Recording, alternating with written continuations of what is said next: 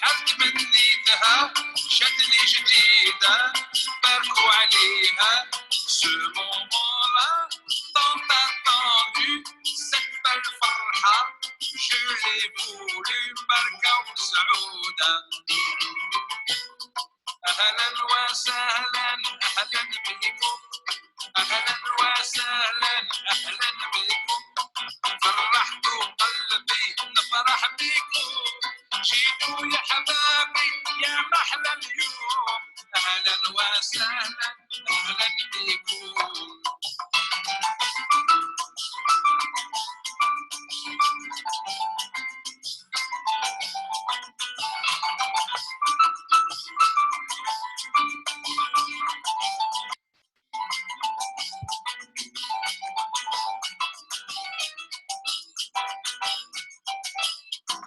Je vous salue, mes chers amis, de vous voir là, tous réunis.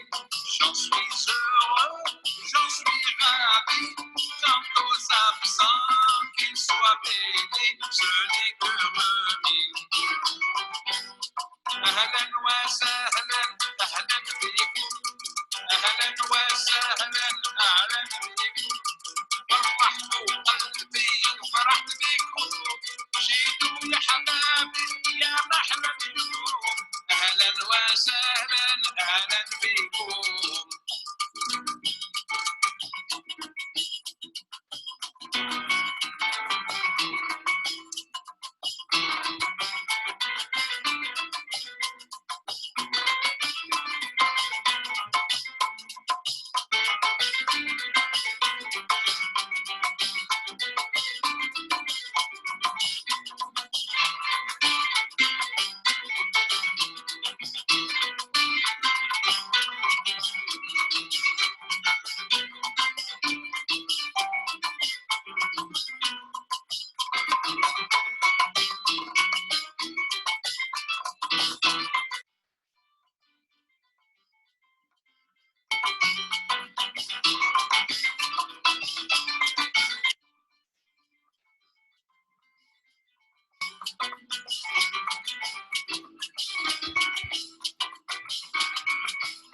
أهلا وسهلا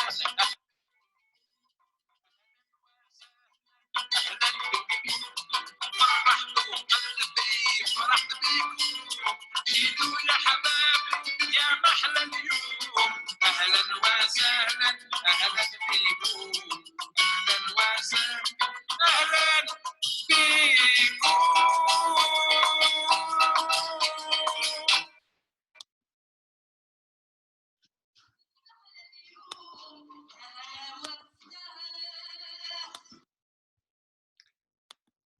Bonjour chers amis, Ahlan wa sahlan bikoum. Ça c'était à la demande du docteur, notre cher Raphaël. Et voilà, donc il a voulu souhaiter la bienvenue à tout le monde à sa manière. Donc ici avec nous aujourd'hui, notre cher Raphaël Betache, un grand ami du Maroc, un grand ami de la Mied, qui a bien sûr accepté notre invitation sans aucune hésitation. Et bien sûr, aujourd'hui, on est fiers, on est très contents, ravis de t'avoir avec nous. Et sans trop tarder, donc d'abord, je souhaite la bienvenue à tous, à toutes et à tous. Et je donne la parole à Yessir pour bien sûr présenter le webinaire, pour présenter notre cher conférencier d'aujourd'hui. Et d'ici là, je vous souhaite une agréable séance et on se retrouve tout à l'heure à la fin pour les questions. Merci. À toi, Yassir. Merci beaucoup, c'est Khalid. Merci beaucoup tout le monde. Bonjour à tous. J'espère que ces jours de Ramadan ne commencent pas à fatiguer un petit peu durant la journée. C'est vrai qu'avec toutes les séries des webinaires, on commence à sentir un petit peu de fatigue. Mais bon, au contraire, ça nous pousse à encore donner de plus en plus. Et ça nous a amené à travers notre cher ami et fondateur du bureau, le docteur Monsef Bennouna, de nous suggérer le professeur Raphaël Betache. Raphaël Betache qui est non seulement un éminent scientifique est un éminent clinicien, mais aussi, je le rappelle très bien, qui est marocain d'origine, d'accord? Donc, le sujet qui traitera aujourd'hui, c'est les implantations post-extractionnelles et evidence-based et recul clinique. Donc, je voudrais juste souligner le parcours assez exceptionnel du professeur Raphaël Bettache, qui a eu vraiment l'aimable gentillesse d'accepter sans aucune hésitation d'être parmi nous aujourd'hui. Donc, je voudrais souligner qu'il est un professeur associé à la NYU University, de la New York University. Il est en exercice exclusif en parodontologie et implantologie orale en France. Il est auteur de plusieurs publications internationales dans des journaux de grands impacts dans le domaine de la parodontologie et implantologie. Mais aussi, je voudrais souligner qu'il est un chercheur assez important et qui a mis en place un implant dentaire avec un biomatériau français 100%.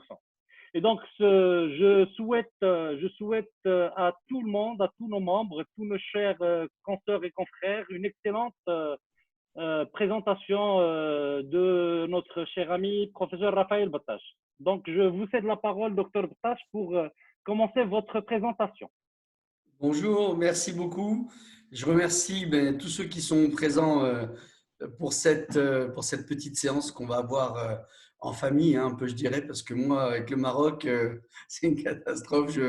Je suis comme un fou. Voilà, j'adore le Maroc, je vous adore tous les Marocains et je suis très, très heureux d'être avec vous ce soir pour faire, voilà, on va faire un petit voyage dans l'implantation post-extractionnelle. Alors, je vais donc partager l'écran là tout de suite? Oui, absolument. Alors allez-y. Voilà. On est bien là? Parfait. Très bien. Donc, ce que je me suis Excusez-moi, Raphaël. Donc, juste, je voudrais souligner que toutes les questions sont les bienvenues et seront traitées à la fin de la présentation, s'il vous plaît. Veuillez émettre toutes vos questions dans la rubrique en bas, questions-réponses. Merci. Donc, à vous la parole, professeur Bettache. Merci beaucoup.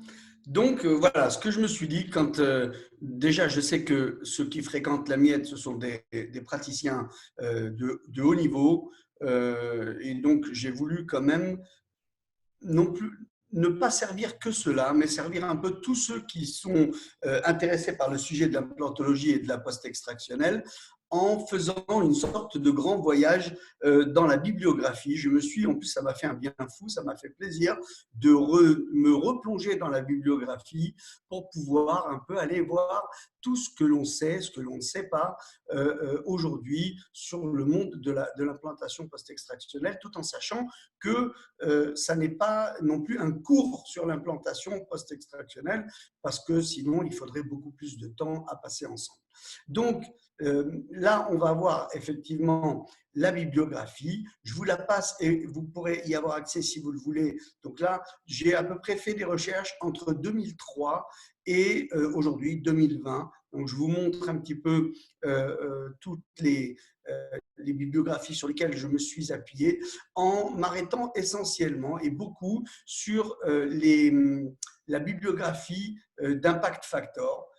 C'est-à-dire avec des systematic reviews. Les systematic reviews, c'est mieux que des études parce que, si vous voulez, ça rassemble un ensemble d'informations de plein d'études pour donner un peu le nectar de ce qui se dit sur une thématique à un moment donné.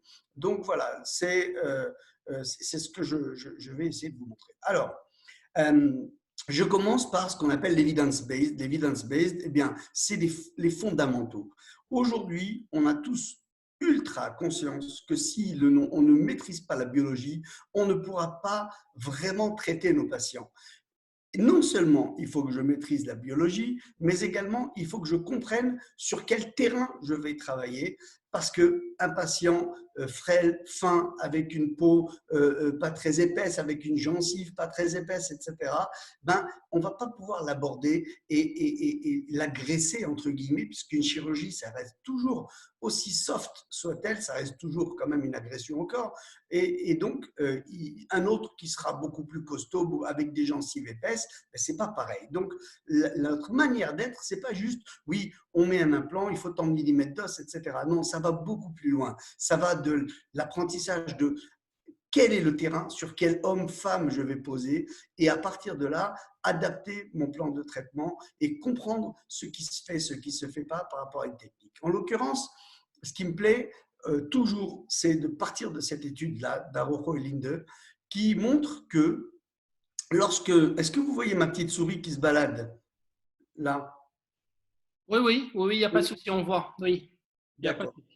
Alors, là, vous avez, comment dire, une alvéole d'extraction ici, avec le sang qui s'est mis à l'intérieur, la corticale linguale et la corticale vestibulaire. D'accord? C'est simple, c'est une coupe. On vous montre qu'au bout de 2 semaines, il y avait déjà donc du woven bone, de l'os fibrillaire qui commence à se mettre en place tout doucement, avec une matrice aussi provisoire qui est là. Au bout de 4 semaines, l'os commence vraiment à prendre sa forme. Mais ce que vous voyez, c'est que la corticale vestibulaire commence à diminuer. Et puis, au bout de 8 semaines, on a une corticale vestibulaire qui a franchement diminué. Et là, ce que l'on peut imaginer par la suite, lorsqu'on va venir au bout d'un mois, 2 mois pour poser notre implant, c'est qu'à ce niveau-là, on n'aura pas l'épaisseur suffisante, la largeur suffisante pour mettre un implant. Voilà, ça c'est déjà un fondamental sur lequel je voulais poser. Alors c'est bizarre parce que les effets que je me suis mis, ben, je ne les vois pas. Bon, c'est pas grave, on va avancer comme ça.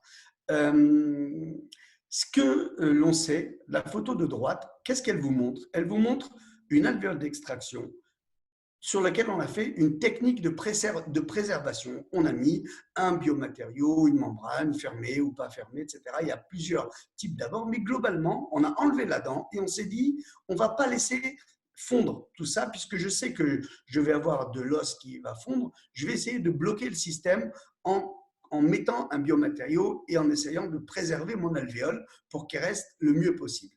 Eh bien, ce qu'on voit, c'est que le processus, c'est vrai que la préservation des alvéoles permet de garder une belle épaisseur d'os, mais que quoi que l'on fasse, eh bien, vous allez avoir un remodelage osseux qui fait que la corticale vestibulaire ici va descendre quand même. Voilà. Donc ça, quoi que l'on fasse, je vous montre. Maintenant, on va parler des choses, parce que je vais utiliser cette terminologie pendant toute la conférence. Il y a plusieurs types d'implantation post-extractionnelle. La première, c'est la type 1. Alors, essayez de retenir parce que c'est vraiment… Parce qu'ensuite, on ne parle que de 1, 2, 3 ou 4. Donc, le type 1, c'est quand j'enlève la dent et que je mets l'implant le jour même de l'extraction. D'accord? C'est clair, c'est simple. Type 1 égale extraction, implant le même jour. Le type 2, c'est quand j'enlève la dent, que je laisse la gencive cicatriser, pas l'os, la gencive, probablement parce que j'ai un manque osseux, parce que je n'ai pas tout à fait ce qu'il me faut dessous, et que je vais revenir quelques semaines après, à peu près 4 à 8 semaines, pour ouvrir le lambeau, insérer mon implant, greffer éventuellement autour s'il y en a besoin et refermer le lambeau. Ce type 2 d'implantation post-extractionnelle, il est quand on a besoin d'avoir de la gencive pour refermer le site dans lequel on va poser l'implant. Ensuite, le type 3, ben c'est assez simple, c'est celui où on va aller 3-4 mois après l'extraction, on n'est plus vraiment dans du post-extractionnel, ça commence à être de l'implantation différée. Et le type 4, c'est vraiment quand on revient sur le site après plus de 6 mois après l'extraction. Donc, on a surtout à retenir pour cette conférence, le 1, c'est le jour même de l'extraction. Le 2, on extrait, on laisse la gencive cicatriser et on revient quelques semaines plus tard pour rouvrir la gencive, poser l'implant, faire ce que l'on a à faire et refermer. 3 et 4, c'est des implantations différées. Voilà, j'espère que vous avez bien retenu cette phase-là. Je vais vous embrouiller un peu plus. Alors, les alvéoles d'extraction, d'accord? Quand on enlève la dent, il y a une alvéole d'extraction qui est là. Il y a grosso modo 3 types d'alvéoles d'extraction. Alors, La type 1, c'est quand on a la corticale externe qui est entière et la gencive qui est vraiment bien jusqu'au collet, nickel. C'est vraiment l'alvéole parfaite, type 1. Type 2, c'est l'alvéole où on a la gencive qui est parfaite, mais la corticale externe qui a fondu, une poche parodontale par exemple, pourrait donner ce type d'alvéole. Donc, perte de corticale externe et gencive toujours au même endroit. Et la type 3, qui est la moins favorable, c'est quand on a perdu et de l'os en vestibulaire en hauteur et de la gencive en vestibulaire en hauteur. Là, on est vraiment dans une alvéole qui n'est pas favorable. Alors, l'autre chose, dernier point un peu dans le fondamental, ici, vous avez 3 cas. Donc, qu'est-ce que cette étude vous dit? Elle vous demande d'intégrer, comme je vous l'ai dit en introduction, la biologie dans le plan de traitement complet pour minimiser la perte de tissu et évidemment augmenter les résultats esthétiques. Donc, je dois penser biologie de plus en plus. On essaye de penser biologie avant de penser clinique. C'est toute la biologie du corps humain et la connaissance de cette biologie qui va diriger la clinique. Ici à gauche, j'ai une alvéole d'extraction classique, j'ai rien fait. On a enlevé la dent, on a laissé. On se retrouve avec quoi? Eh bien, avec la perte de corticale vestibulaire qu'Araujo nous avait montré, d'accord? Et on a aussi une perte d'épaisseur d'os au niveau du premier tiers de la crête. On s'est dit un jour, tiens, on va poser des implants. Le jour de l'extraction, ça va éviter de perdre de l'os en vestibulaire. On a fait ça, ça a été vérifié et regardez, vous voyez que même lorsque l'on a posé un implant post-extractionnel, eh bien, la corticale vestibulaire a quand même fondu autour de l'implant. Donc, ce qui doit arriver biologiquement va arriver. Et lorsque l'on crée une préservation d'alvéoles, comme je vous l'ai montré tout à l'heure, on va maintenir un volume osseux, on va avoir des avantages, mais quoi qu'il en soit, la biologie avec la fonte vestibulaire va occurrer quand même. Alors, ce qui est important quand on fait de l'implantation post-extractionnelle, eh bien, ou quand on veut en faire, ou quand on se pose la question de est-ce que je dois en faire, je me suis pas mal appuyé sur cet article de Buser, qui est vraiment, je trouve, excellent. Et qu'est-ce qu'il dit? Je vous l'ai traduit en français en dessous. Donc, mise en place d'implants post-extractionnels en secteur esthétique. Évidemment, c'est là où on va favoriser ce type d'approche. Et la question, c'est quand est-ce que je vais poser en immédiat? Quand est-ce que je vais poser au bout de quelques semaines ou quand est-ce que je vais poser franchement avec de la distance? Donc, c'est vraiment quand on est en face d'un cas, je pense que maintenant, tous ceux qui ont de l'expérience et qui savent, on regarde le cas et on se dit, j'y vais comment? J'y vais en immédiat, j'y vais en implant précoce ou bien en retardé. Et souvent, eh bien, on mouline un petit peu avant de trouver le vrai abord parce qu'il n'est pas simple et parce qu'il est dépendant de plein de facteurs. Alors, ce que j'ai fait, c'est d'aller fouiller aussi, comme je vous ai dit dans la bibliographie, pour voir ce que nous raconte l'ensemble des articles dans leur grande moyenne afin d'en tirer des consensus. Alors, ce qui m'embête, c'est que je ne vois pas.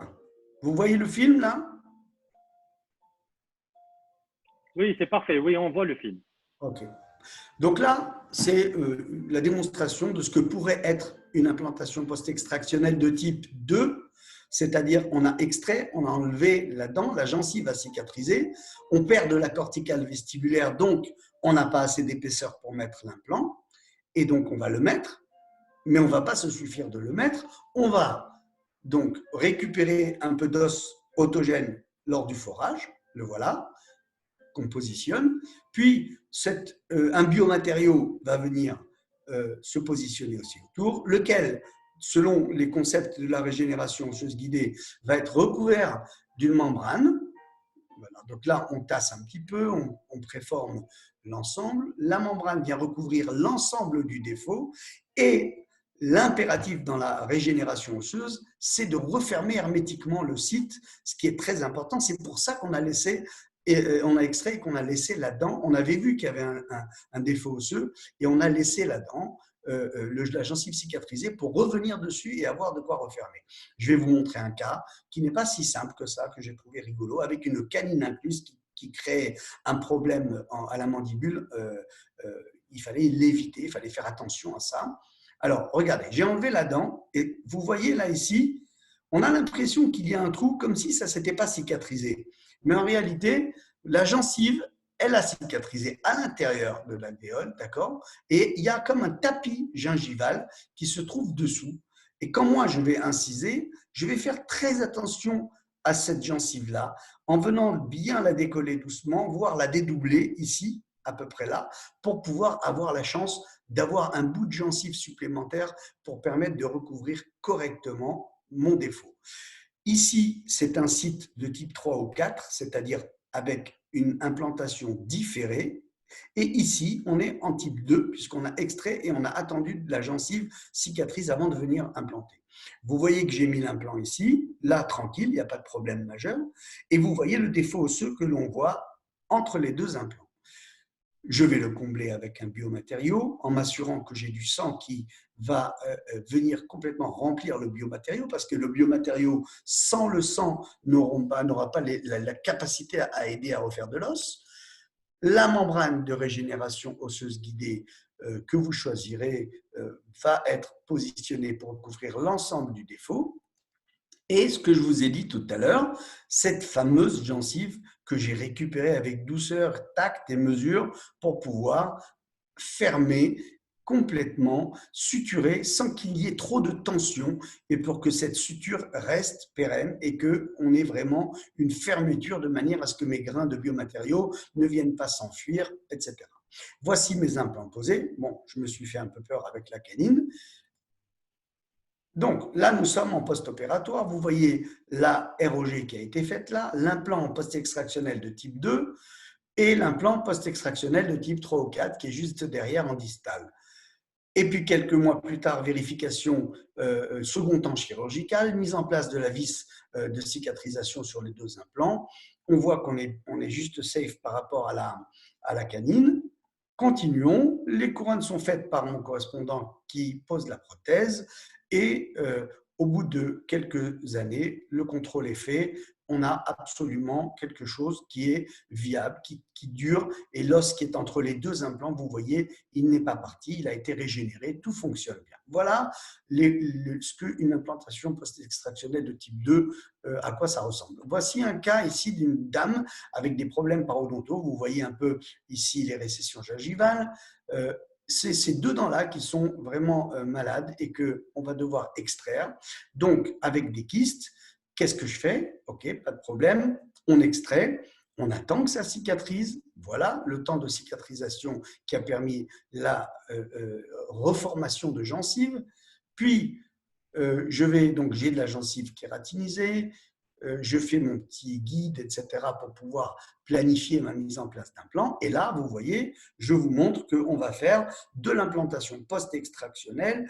Il y a du vide et il y a de l'os. Il faut toujours, dans l'implantation post-extractionnelle, on le verra plus tard, qu'il y ait de l'os suffisamment, en quantité suffisante et en hauteur pour stabiliser l'implant. La stabilisation primaire de l'implant est d'une importance capitale dans ces techniques.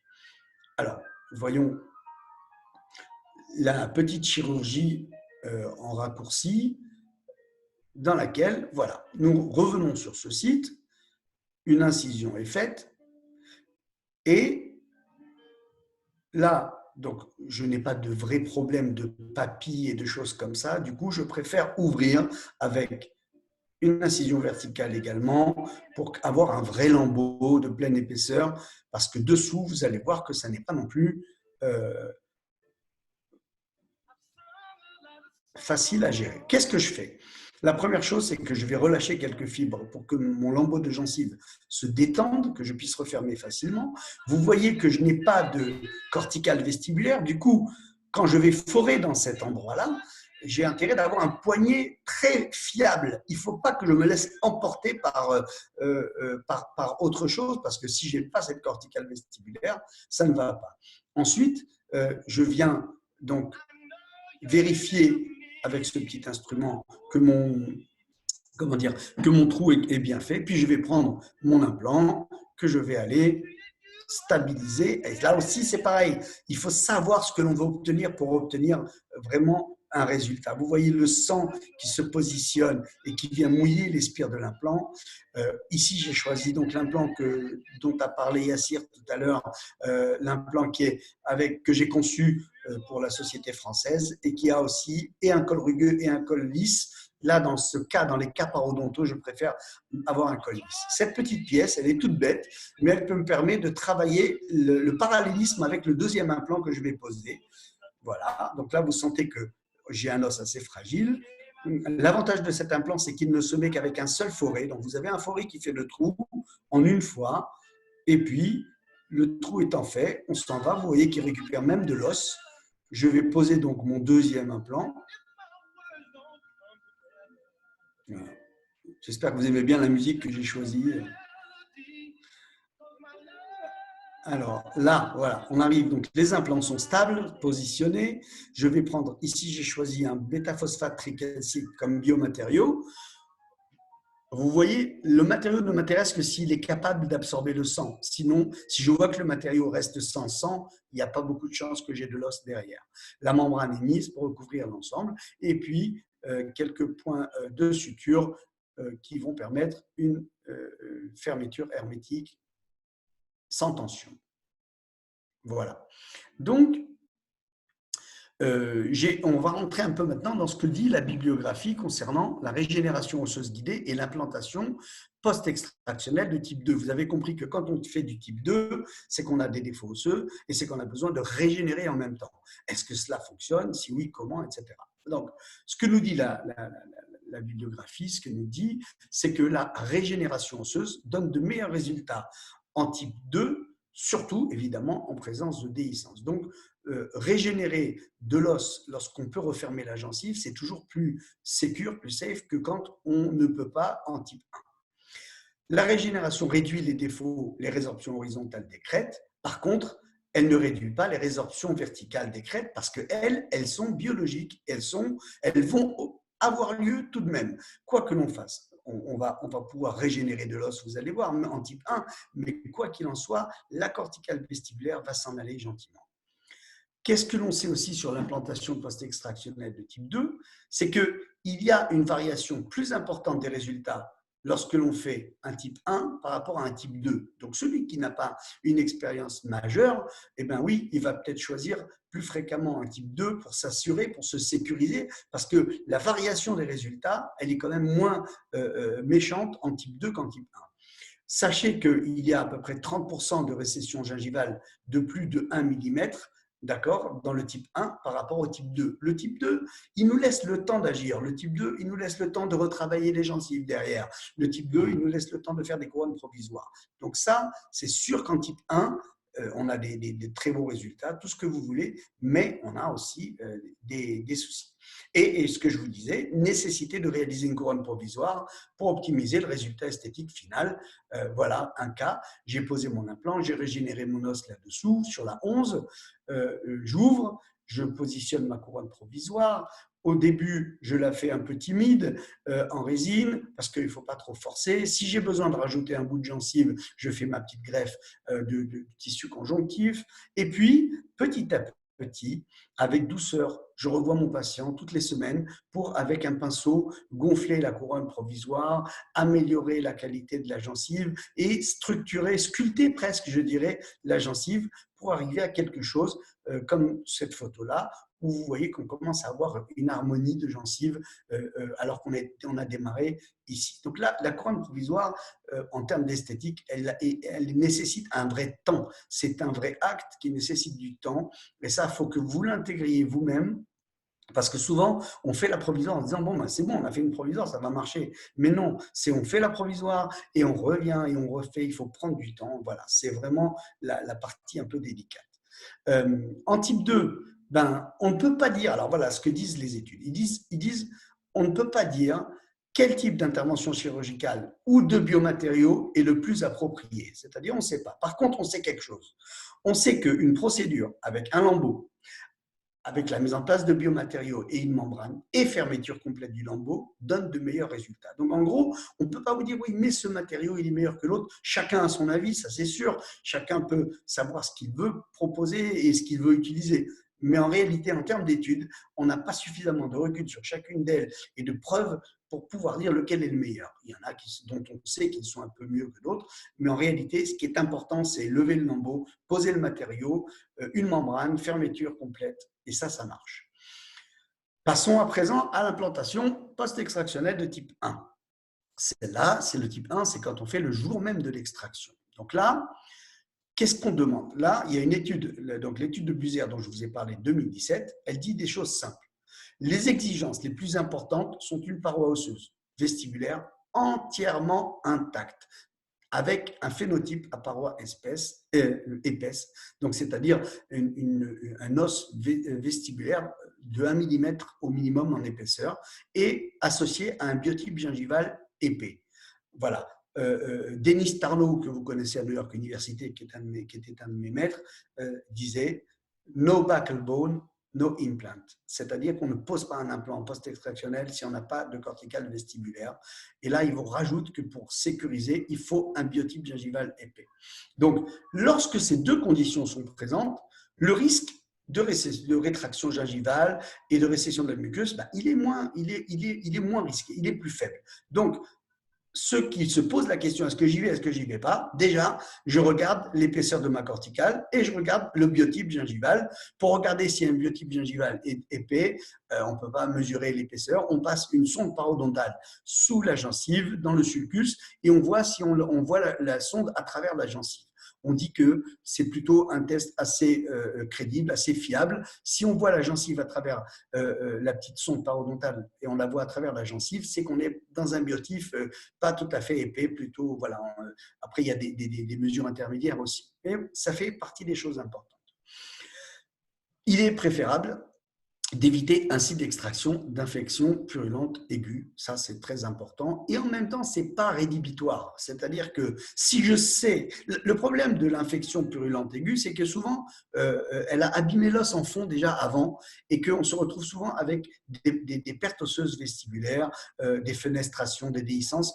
Et là, c'est vrai que c'est problématique. Donc, mais sinon, si vous savez nettoyer un site le jour de l'extraction, si vous curetez bien, si vous passez un coup de fraise, un coup de laser, etc., eh ben, avec un bon nettoyage, il n'y a pas de raison non plus de ne pas continuer. Mais on vous dit, il est préférable. On veut mettre un peu la ceinture et les bretelles.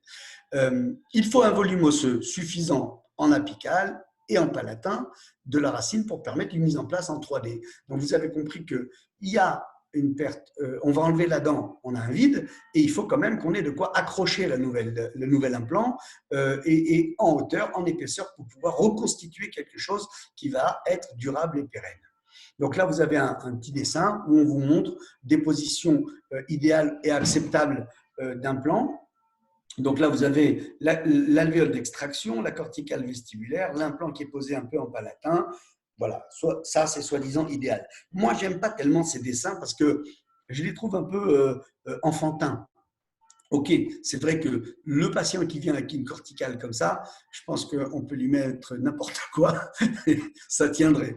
Donc, ce que j'essaie de dire là, c'est que chaque crête, chaque forme de crête, avec un renfoncement vestibulaire, un apical, avec ou non, on adaptera. Mais globalement, vous avez compris qu'il faut réfléchir.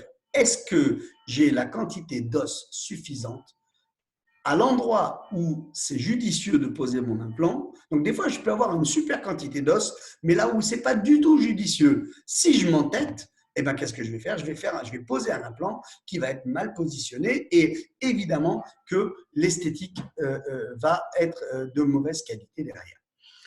Préférez une mise en place d'implants sans lambeaux, donc c'est ce que disent les études.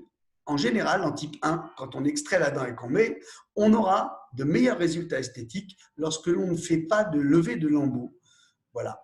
La technique sans lambeaux est quand même, c'est-à-dire, j'ai l'impression souvent, et ça c'est vrai que c'est bien qu'ils le disent, que chez mes confrères un peu, on va dire, qui manquent d'expérience, ou mes consoeurs, ils pensent que le flapless, la technique sans lambeaux, est plus facile. Parce qu'il n'y a pas de fermeture derrière et tout.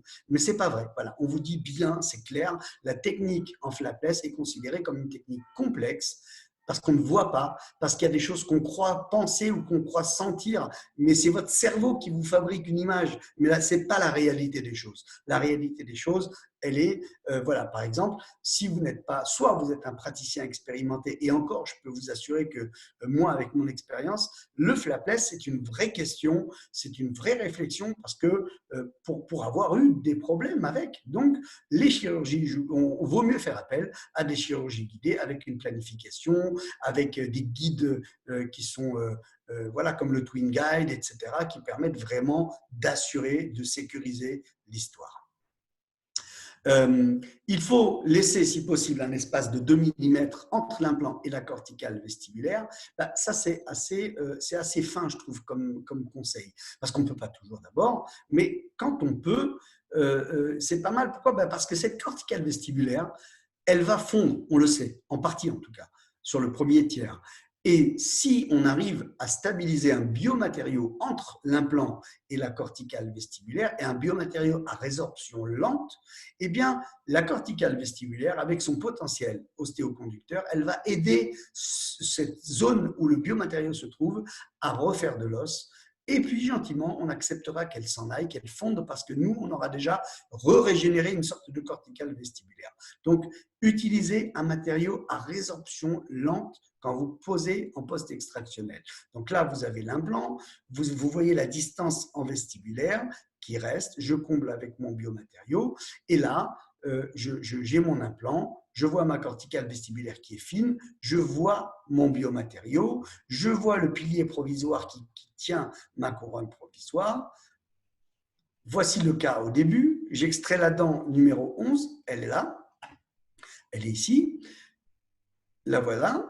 Je vais poser mon implant et là, je vais réaliser, une fois que j'ai fait mon comblement de biomatériaux entre l'implant et la corticale vestibulaire, je vais réaliser une couronne provisoire, transvissée de préférence. Moi, je ne comprends pas qu'on fasse des scellés sur un implant post-extractionnel parce qu'il y a toujours le risque de fuser du ciment provisoire quand on scelle la couronne. Je préfère des transvissés, c'est ce qui me paraît vraiment le plus adapté pour n'avoir qu'à visser notre provisoire.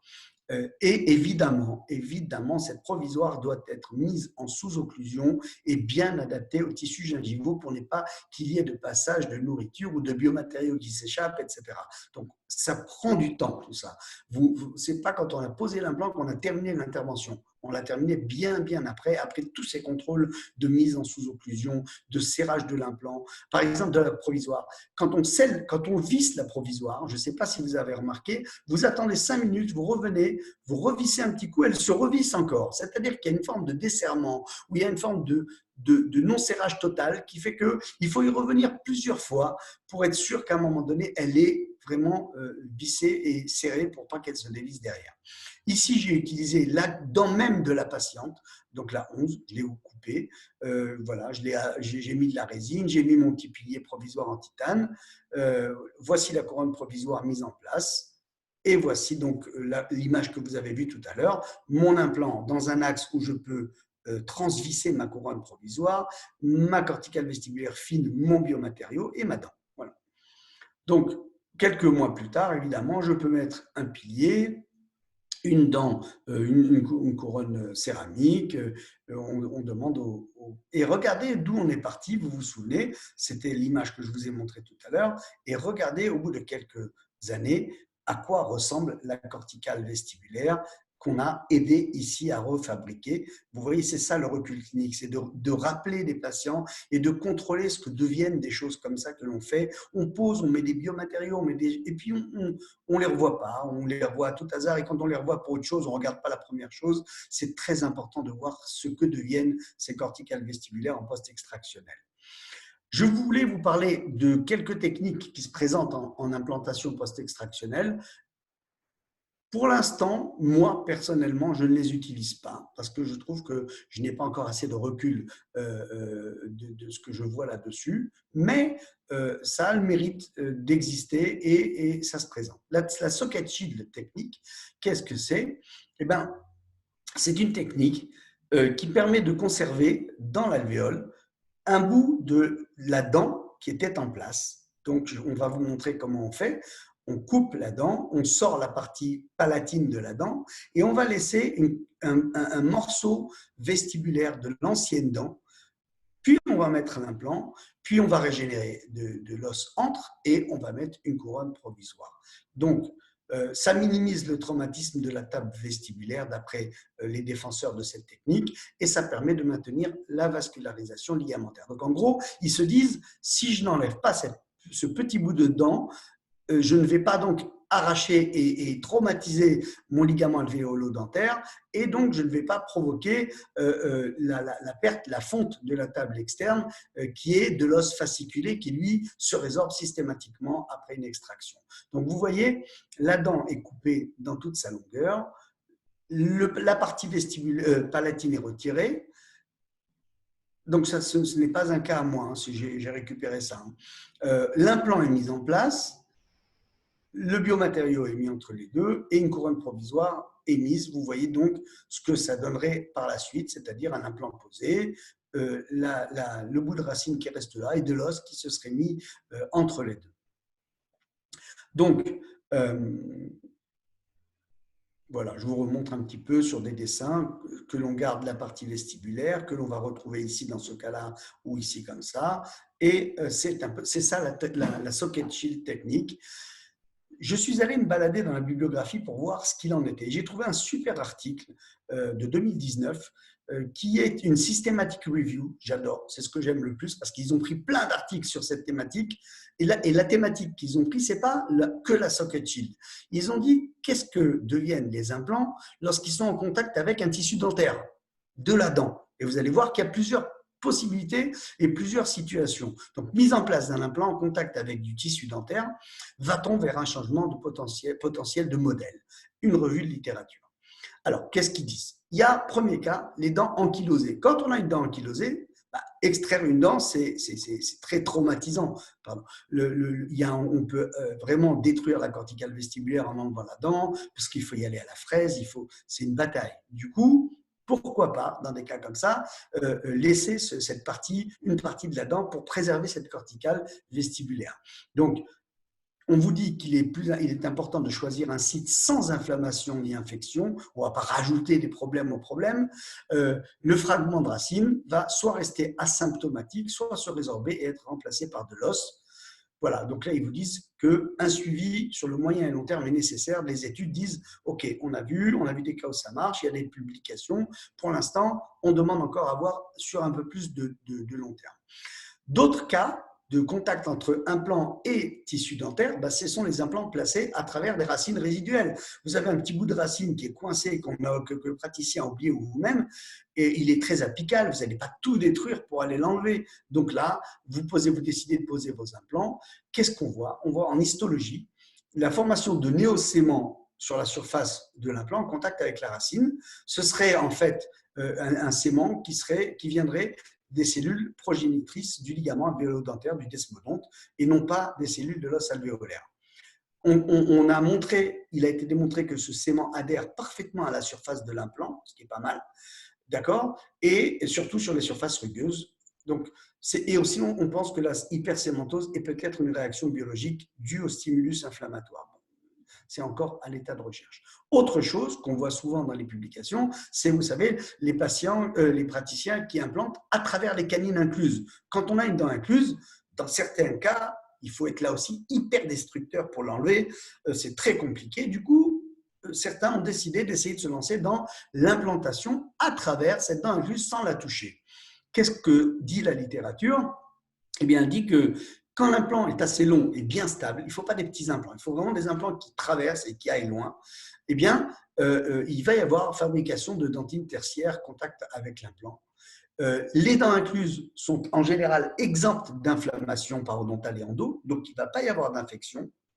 Les patients se plaignent peu de douleurs post-opératoires et là aussi, on demande à ce que des études histologiques sur l'homme, bien évidemment, soient faites pour explorer le processus de guérison de ce type de cas. Donc, en conclusion, dans l'idée du contact implant-dent, eh bien, c'est que on a besoin de plus de cas documentés pour montrer un peu ce que devient l'implant, la dent, surtout une fois qu'elle a été mise en charge plusieurs mois, plusieurs années. Mais quand même, les résultats cliniques et histo, ils ne sont pas mauvais. Ils sont controversés, il y en a qui sont pour, il y en a qui sont contre, mais ils sont plutôt encourageants et on voit que les taux de succès implantaires semblent bons. Donc, on va essayer vraiment de garder cette option thérapeutique sur des cas bien spécifiques où on n'a vraiment pas le choix de faire autrement. Autre possibilité, quand on veut travailler en implantation post-extractionnelle, c'est la société Southern Implant qui a mis en place, qui a créé des implants avec un axe implantaire au niveau donc, qui est penché, qui a un décalage, qui a une angulation, d'accord? Donc le col de l'implant, il a une angulation qui fait que quand on pose l'implant comme ça, vous voyez là, il est posé parfaitement dans l'os, là où on a de l'os, vous voyez, pour le coup, ils se sont dit des fois on a de l'os dans un endroit, mais on n'est pas dans l'axe prothétique qu'il faut. Et bien là, qu'est-ce qui se passe? L'angulation du col vous rattrape une partie de cet axe-là. Et ça vous permet, comme ici, de faire en sorte d'avoir un implant qui normalement aurait dû finir en transvissé complètement ici. Là, il finit ici et on a pu permettre de garder cette corticale vestibulaire. Donc moi, je trouve que cette technique est intéressante. Ça ne va pas être très facile de poser ces implants pour trouver exactement l'axe de rotation pour qu'on ait l'angulation au bon endroit, mais je pense que la société a dû mettre en place des tutos, des trucs pour bien y arriver et ça doit être faisable. Moi, je trouve ça assez bien, une bonne idée. Continuons maintenant sur les implantations post-extractionnelles du type 1. Là, je vous ai mis des gens qui se cassent la figure parce que c'est souvent une bonne indication. Parce que quand ils cassent une dent, comme celle-ci, là, et on n'a pas perdu la corticale vestibulaire, quand on a de la chance, bien évidemment. Là, vous voyez que la fracture, elle est nette, on ne peut rien faire, on ne peut pas conserver la dent. Je vais donc extraire, implanter, mettre mon biomatériau et ma petite couronne provisoire en sous-occlusion. Voilà, c'est un cas qui est un cas de patient paro avec des récessions gingivales. Eh bien, regardez comme l'alvéole est joliment préparée. On a des papilles, on a de la gencive kératinisée de bonne qualité. Le dentiste a pu faire sa dent tranquillement. Et pour vous montrer le recul clinique, là aussi, là, on a le jour même, le jour de la pose. On revoit l'implant légèrement palatin, la corticale vestibulaire qui est fine mais qui est présente et le biomatériau qui est là. Et quelques mois après, là c'est flagrant, même plus que quelques mois, je pense qu'on doit être à 1 an, vous voyez que la corticale vestibulaire a complètement fondu, mais fort heureusement, l'os a pu avoir le temps de se refaire en vestibulaire pour protéger cet implant et lui donner une corticale vestibulaire. Vous voyez la différence et la fonte osseuse, là, elle est flagrante. Un autre cas ici, vous voyez une fracture de cette dent numéro 21. Voici la fracture, même chose, mise en place d'implant, greffe, etc. Et vous voyez que quand les choses sont faites convenablement, plusieurs années, vous revoyez après le patient et l'os a été maintenu, régénéré et c'est quelque chose de viable sur le très long terme. Je vous montre. Alors, une petite chirurgie en direct, voilà. Donc là, on a une alvéole plutôt de type 2. Donc, ce n'est pas vraiment l'alvéole d'indication. Donc là, vous voyez qu'il y a anesthésie, puis extraction de la dent. Bon, là, elle bougeait, hein, je ne me suis pas battu. Curetage de l'alvéole. On prend son temps. Ce sont des étapes essentielles. On prend son temps pour pouvoir réellement assainir, être sûr de ce que l'on a obtenu. Puis, donc je prends mon implant, mon forêt, puisque là je n'ai qu'un forêt à passer, et je me place dans la bonne position. Les guides sont à préférer à toute autre technique à main levée, et je fais mon forage dans les 4, 5, 6 mm que j'ai en apical par rapport à l'apex de la dent. Là, vous voyez que je bouge, je change de position, j'y vais doucement. Et je réfléchis à chaque fois pendant mon forage à l'axe, si cet axe va être correct pendant que je le mets et pendant que je fore. L'implant est juste mis derrière, vissage. Donc, c'est un implant avec des spires et une forme très conique qui permet d'accrocher l'os.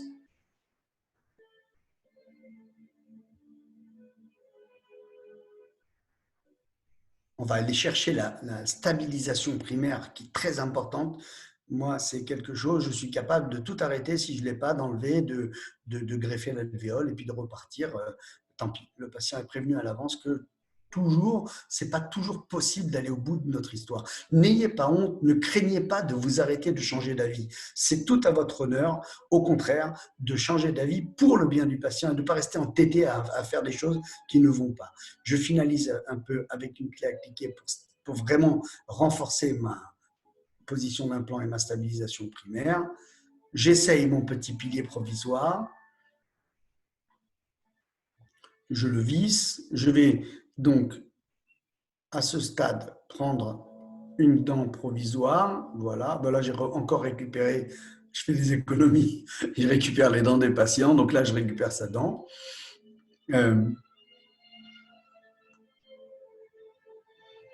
Je l'essaye, je vérifie l'axe, je la règle. Et puis, avec un peu de résine, je vais finir de faire le joint, le lien entre les deux.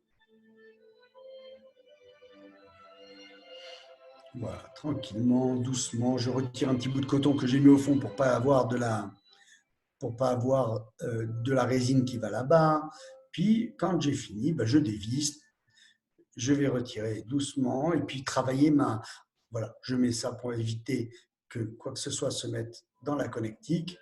Je prends mon biomatériau et je vais tasser entre la corticale vestibulaire et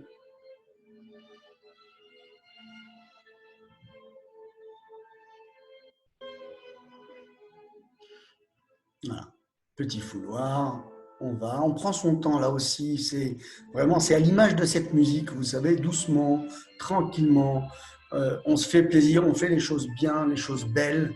Quand c'est beau à voir, c'est en général bien. Voilà, tranquillement, je tasse pour vraiment avoir un maintien de volume. Et s'il faut que je renforce ce maintien de volume en rajoutant, ben je le fais.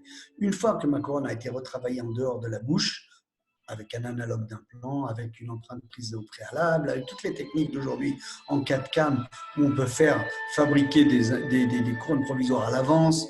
Je trouve qu'aujourd'hui, on vit une ère monumentale, fantastique à ce niveau-là, en sous-occlusion évidemment. Donc là, je veille à ne pas avoir les incisives mandibulaires qui cognent, surtout en protrusion. Voilà mon scanner d'implant. Là, je suis très large au niveau de l'épaisseur. J'ai bien chargé en vestibulaire ici au biomatériaux. Voilà. Donc ça, c'est quelques mois plus tard. On dévisse, on vérifie l'ostéo-intégration de l'implant en dévissant la couronne provisoire. Regardez comme c'est joli, c'est propre, on a une belle gencive. On met le transfert d'empreinte, on prend notre petite empreinte avec. Aujourd'hui, on a les caméras, on a tout. Je vous dis, c'est vraiment, on a une ère juste incroyable. On peut prendre aujourd'hui l'image de la couronne provisoire avec la caméra avant de la défaire, et là, on a la gencive juste parfaite, quoi. Voilà, petit analogue, voilà, c'est un petit peu à l'ancienne maintenant, mais ça a le mérite de vous montrer le chemin. Puis tout le monde n'a pas une caméra, il n'y a pas non plus de gêne ni de mal. Du moment qu'on fait bien, je vais vous dire, là, le techno, c'est très bien. Si on ne peut pas, il faut faire avec des techniques fiables et tranquilles. Voilà, le cas fini. Voilà, donc je continue. Qu'est-ce qu'on nous dit dans la littérature? On nous dit que le taux de succès implantaire est similaire entre les implants mis en place après des techniques de préservation de crête ou en post-extractionnel de type 1. C'est-à-dire que, en termes de taux de succès, de taux de survie d'implant, eh bien, il n'y a pas de différence entre des crêtes qui ont été greffées, préservées, etc., et des types 1. On est quand même à 98 et quelques.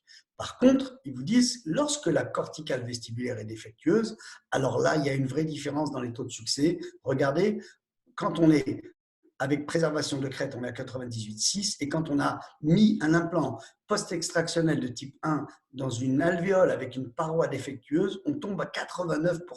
Là, ça vous met quand même du 10% d'échec en plus. Ça calme. Voilà. Donc ça, c'est une étude de 2019 qui est vraiment récente et qui permet vraiment de voir ce que ça donne. Taux de moyen de survie autour de 98% à 2 ans, 97,5 à 4 ans. Alors, j'ai mis exprès cette photo-là. Pourquoi? Parce que taux de survie, ça veut dire taux de survie. Ça veut dire que l'implant est encore là. Mais quand je vois ce patient avec des implants, on voit que tous les implants, il doit avoir peut-être 2 mm encore plantés dans l'os, bah, je peux dire que oui, c'est un taux de survie, mais non, ce n'est pas un taux de succès, quoi. Vous faites la différence. Aujourd'hui, on l'a fait très fort. On parle de taux de survie et de taux de succès. Ben, il vaut mieux un taux de succès qu'un taux de survie. La satisfaction du patient, elle n'est pas tellement abordée dans la littérature. En général, la première année, tout le monde est content. Première année, les patients sont contents, mais vous avez déjà entre 11 et 20% des patients qui, à 4 ans, ne sont plus trop contents, eh bien, parce que des réinfections, parce que des gingivites, des périimplantites et des mucosites, est-ce que vous voulez qui se passe? Voilà un autre cas d'implantation post-extractionnelle de type 1 sur un bridge. On peut le faire aussi, il n'y a pas de problème. Ce qu'on peut faire souvent aussi au niveau des 4 incisives mandibulaires, quand elles vont mal, elles ont souvent la tendance à aller mal toutes ensemble. On les enlève, on peut poser 2 implants 32-42, régénérer, puis mettre un bridge provisoire le lendemain. Voilà les 2 implants posés. Le temps de fabriquer, donc là vous voyez, là, toujours pareil, la corticale vestibulaire bien maintenue. Petit bridge provisoire qui est fait, puis ensuite on va faire le bridge provisoire définitif un peu plus tard, où vous voyez que les alvéoles sont parfaitement préparées et que, regardez le résultat, la corticale externe n'est pas très épaisse, mais elle est là, elle fait son job et je pense qu'elle restera là longtemps. Les considérations esthétiques. Alors là, on arrive à l'esthétique. Ça, c'est vrai que c'est des choses importantes. Il y a quelque chose qui s'appelle le Pink Aesthetic Score, dont je voulais vous parler. Qu'est-ce que c'est? Eh bien, c'est 7 critères que l'on regarde de manière subjective et sur lesquels on va mettre à chaque fois une note 0, 1 ou 2. Donc, je regarde mon cas terminé et je regarde. Est-ce que j'ai une papille mésiale? Elle est bien, elle n'est pas bien ou elle n'existe pas du tout? Eh bien, 0, 1 ou 2. Est-ce que j'ai une papille distale autour de ma dent en définitive? 1, 0, 1 ou 2. Est-ce que j'ai du tissu gingival? 0, 1 ou 2, patati patata. Et normalement, en mettant une note entre 0, 1 ou 2 sur les 7 critères, on obtient une note sur 14. J'ai 9 sur 14. Si j'ai 5 sur 14, c'est qu'au niveau esthétique, ce n'est pas vraiment ça. Si j'ai 12, 13 sur 14, ben, c'est que c'est très, très beau, etc. Le 14 sur 14, c'est la perfection. Voilà, vous avez compris ce qu'est le Pink Aesthetic Score, le PES. Ben, des études, qu'est-ce qu'elles suggèrent? Elle suggère que les implantations post-extractionnelles de type 1 ou 2, c'est-à-dire le jour même ou un petit peu à distance, ont plus de risques d'échec et de complications que les implantations différées de type 3 et 4 à 3-4 mois, voire plus de 6 mois. Donc, sachez que voilà, il y a un peu plus d'échecs et de complications sur les types 1 et 2 post-extractionnels. Par contre, le résultat esthétique pourrait être meilleur lorsque la pose d'implant est faite juste après l'extraction des dents, c'est-à-dire type 1 et type 2. C'est vrai que le type 1 donne quand même les meilleurs résultats esthétiques en post-extractionnel et au niveau implantaire en général.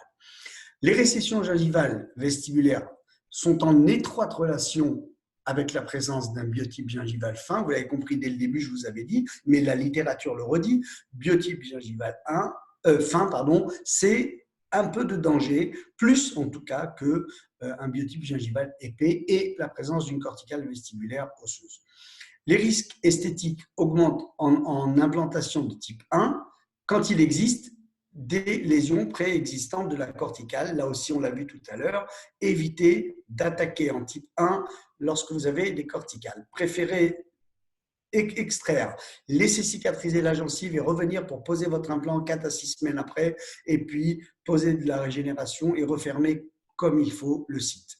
Et on dit aussi que quand vous n'êtes pas habitué, il vaut mieux commencer par un site qui ne soit pas trop violent d'un point de vue du jugement esthétique du patient, à savoir prémolaire, seconde prémolaire, etc.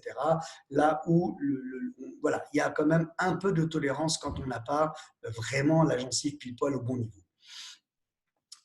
La région antérieure présente de meilleurs taux de succès. Donc succès, là vous voyez que je n'ai pas parlé de taux de survie, de succès.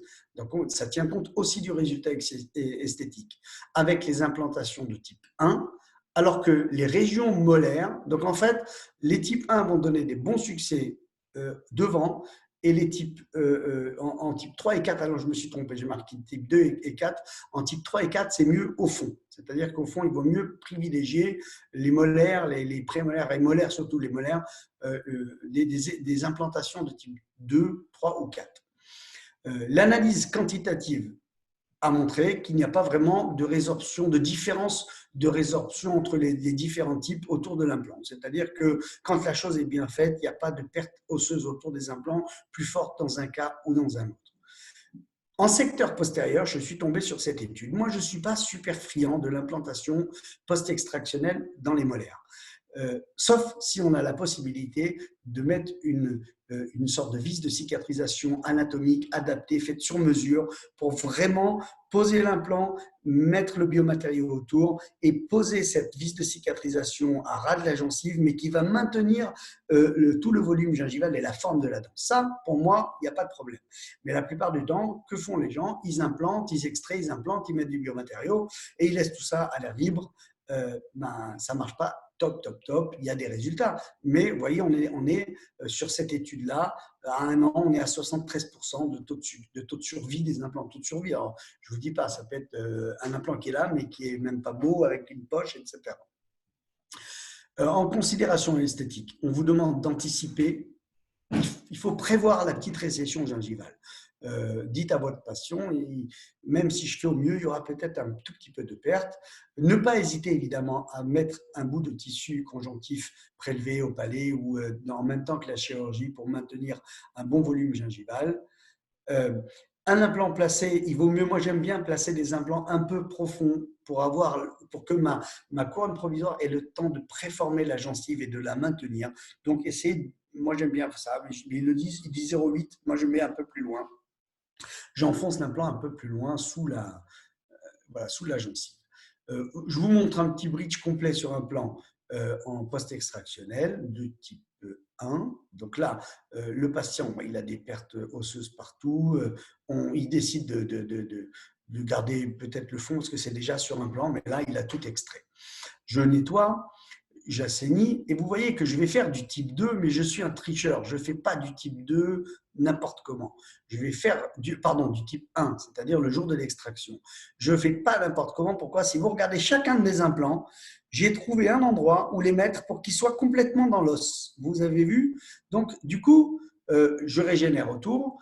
Mais quelque part, je me préserve déjà d'emblée, c'est-à-dire que ma stratégie, elle n'est pas juste folle, parce que ici, franchement, ce n'est pas une vraie indication de type 1. C'est plutôt une indication de type 2, tranquille. C'est pour ça que je me suis mis faussement en type 2 et je vais régénérer autour, comme vous voyez là, des membranes, sutures, empreintes, petit bridge provisoire, voilà, que vous voyez là. Ça, c'est le bridge à la fin de la séance. Puis, quelques mois plus tard, empreinte de l'ensemble du bridge, bridge transvissé donc, avec fibre de carbone.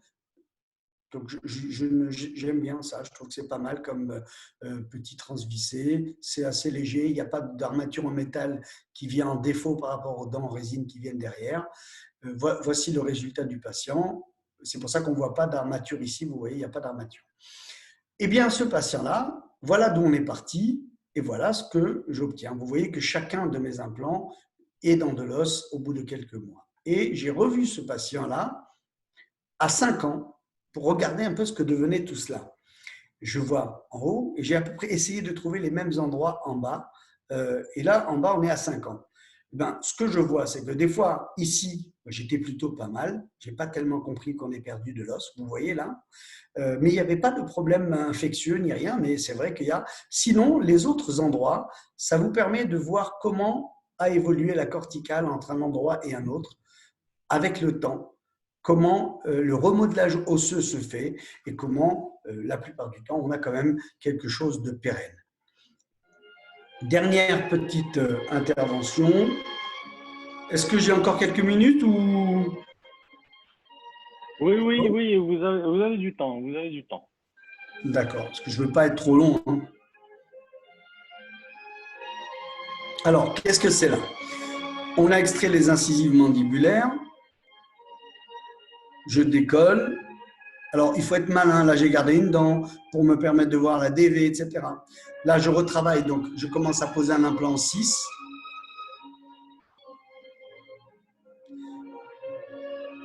Voilà l'implant.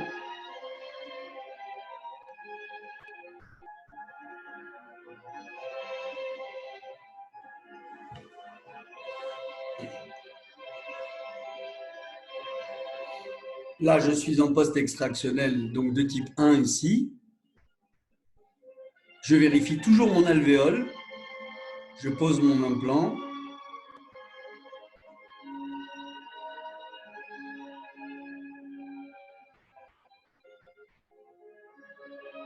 Et vous voyez que je mets cette petite pièce à chaque fois parce qu'elle me permet vraiment de paralléliser les implants entre eux, parce que des fois, on fait des trous et des forages implantaires qui sont parallèles entre eux, mais quand on met les implants, ils terminent non parallèles entre eux. Alors que là, je me laisse guider par ces petites pièces qui tiennent grâce au pot de morse.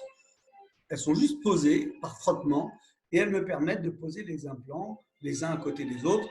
Je ne suis pas non plus un psychotique du parallélisme, mais quand on peut avoir quelque chose d'assez parallèle, c'est plus facile pour le prothésiste, c'est plus facile pour tout le monde. Voici les transferts d'empreintes. On suture un petit peu les zones qui ont besoin d'être suturées.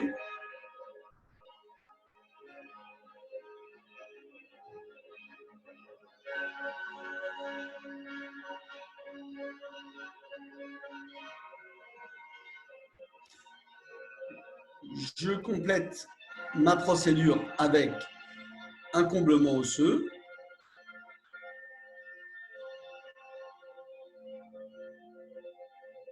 Entre la corticale vestibulaire et l'implant.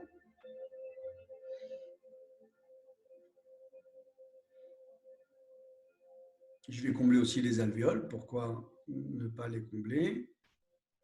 Et puis, je prends une empreinte de l'ensemble.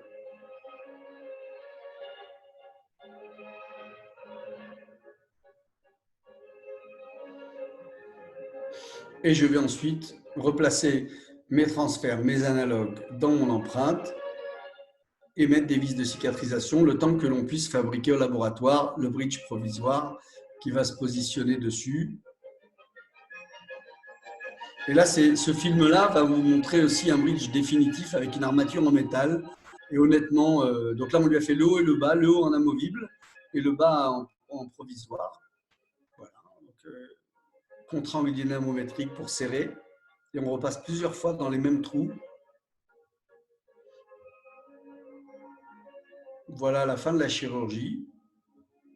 On bouche les petits trous avec un petit ciment qu'on va pouvoir retirer facilement. On fait un contrôle scan de l'ensemble. Voici nos implants posés.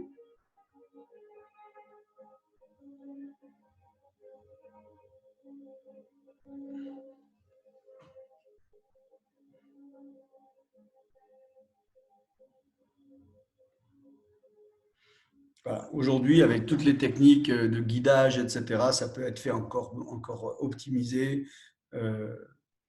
Vraiment, on a de quoi faire de la belle œuvre aujourd'hui de plus en plus. L'armature, la DV, nanana. Bon, vous connaissez tout ça, je n'ai pas à vous apprendre cela, d'autant plus que je ne suis pas un féru de… Je ne suis pas le plus grand costaud, c'est plus la chirurgie mon truc. Voilà, après on retravaille un peu pour pouvoir qu'il puisse nettoyer correctement là-dessous. Et on serre tout ça, puis on met des petits capuchons. Moi j'aime bien parce que franchement après, c'est facile à retirer, c'est facile à nettoyer. Quand il y a un souci, on peut gérer, etc. Donc voilà un petit peu l'esprit de ce type de travail. Alors regardez, elle est contente. Alors, les complications. Sachez qu'il y a, d'après la littérature, des mucosites chez 80% des sujets et sur 50% des implants. Donc ça, dans notre carrière, on va être amené à avoir de cela et ne vous inquiétez pas, ben voilà, c'est comme ça. Présence de périimplantite chez 28% des sujets et sur 43% des sites implantés. Donc en gros, 43% des sites implantés et on va avoir des complications qui vont se produire après 10 ans sur 50% des implants posés. Donc là, ça promet de belles soirées, de belles journées au cabinet à galérer, à rattraper les histoires. Mais c'est ce que dit la littérature. Attendez-vous qu'il y ait des petits soucis. C'est pour ça que ce qui me paraît super important, c'est quand même d'être hyper rigoureux au démarrage. Si vous ne refusez chaque compromis, vous le refusez, etc., et bien derrière, vous vous préservez tous ces ennuis, derrière, en tout cas au maximum. On a un taux de 9,8% de dévissage au bout de 4 ans, qui passe à 12,7% au bout de 5 ans. Donc, d'où l'intérêt des collections de type Cole-Morse. Les complications sont 3 fois plus importantes sur les implants que sur les dents naturelles. Donc, ça promet là aussi. Allez, je termine avec un dernier cas qui est un fort moment de solitude pour moi et pour vous montrer qu'on peut vous montrer des choses belles, mais on peut vous montrer aussi des choses où on a peiné. Là, c'est quoi? C'est un patient un peu atypique, un peu bizarroïde. Il est venu, il lui manquait cette 11, c'est ça, ouais, 11, depuis longtemps. Et la 21, elle était cassée. Il en a profité pour refaire les deux. Il avait des problèmes au niveau de l'émail qui étaient vraiment pas beaux et tout. On lui a proposé avec son praticien qu'il lui refasse des composites, des facettes, ce que vous voulez. Il n'a pas voulu. Très bien. On lui a donc posé 2 implants, ici en post-extractionnel de type 1, d'accord, et ici en post-extractionnel de type 4, puisqu'on était à plus de 6 mois, à plusieurs années même. Donc, je lui ai fait donc 2 couronnes provisoires. On a travaillé la gencive ici. Bon, autour, vous voyez, c'est pas super beau, mais c'est comme ça. Hein. Moi, je ne peux pas non plus le forcer à faire des choses. On a fini, on a travaillé les papilles. Voici les implants posés après la chirurgie. Et ce monsieur revient me voir au bout de 4 mois, je crois, pour faire un point. Et là, non pas sur l'implant post-extractionnel, mais sur celui du site qui était cicatrisé depuis très longtemps, je me retrouve avec une image apicale. Vous la voyez là, elle est flagrante, hein, elle est grosse. J'ai perdu une partie de ma corticale vestibulaire, j'ai un foyer infectieux et mes couronnes sont très jolies, j'ai de la papille, j'ai tout. Du coup, je me tâte et je me dis, bon, tu vas essayer quelque chose. Je ne faisais pas le fier, hein, j'avoue. Donc, j'ai incisé ici, j'ai soulevé et j'ai coupé l'implant comme une résection apicale. Donc, voilà, vous voyez. Et j'ai comblé avec un biomatériau pour ne pas laisser un vide. Et j'ai refermé. Et après, j'ai prié, comme on fait tous. Et donc, au bout de quelques mois, il est revenu. Fort heureusement, tout se passait bien. On lui a fait des dents définitives pas belles, parce que le reste n'est pas beau. Du coup, il fallait que ça aille ensemble. Et vous voyez ce que ça donnait comme résultat. Eh bien, ce monsieur, je l'ai vu en 2010 et on l'a revu récemment. Et j'ai pu apprécier que rien n'avait bougé, tout allait très bien. Regardez l'implant coupé, la régénération s'est refaite, tout s'est refait. Et donc, ça a bien fonctionné malgré tout. Comme quoi, des fois, on transpire, mais on a quand même un résultat derrière. En conclusion, que puis-je vous dire?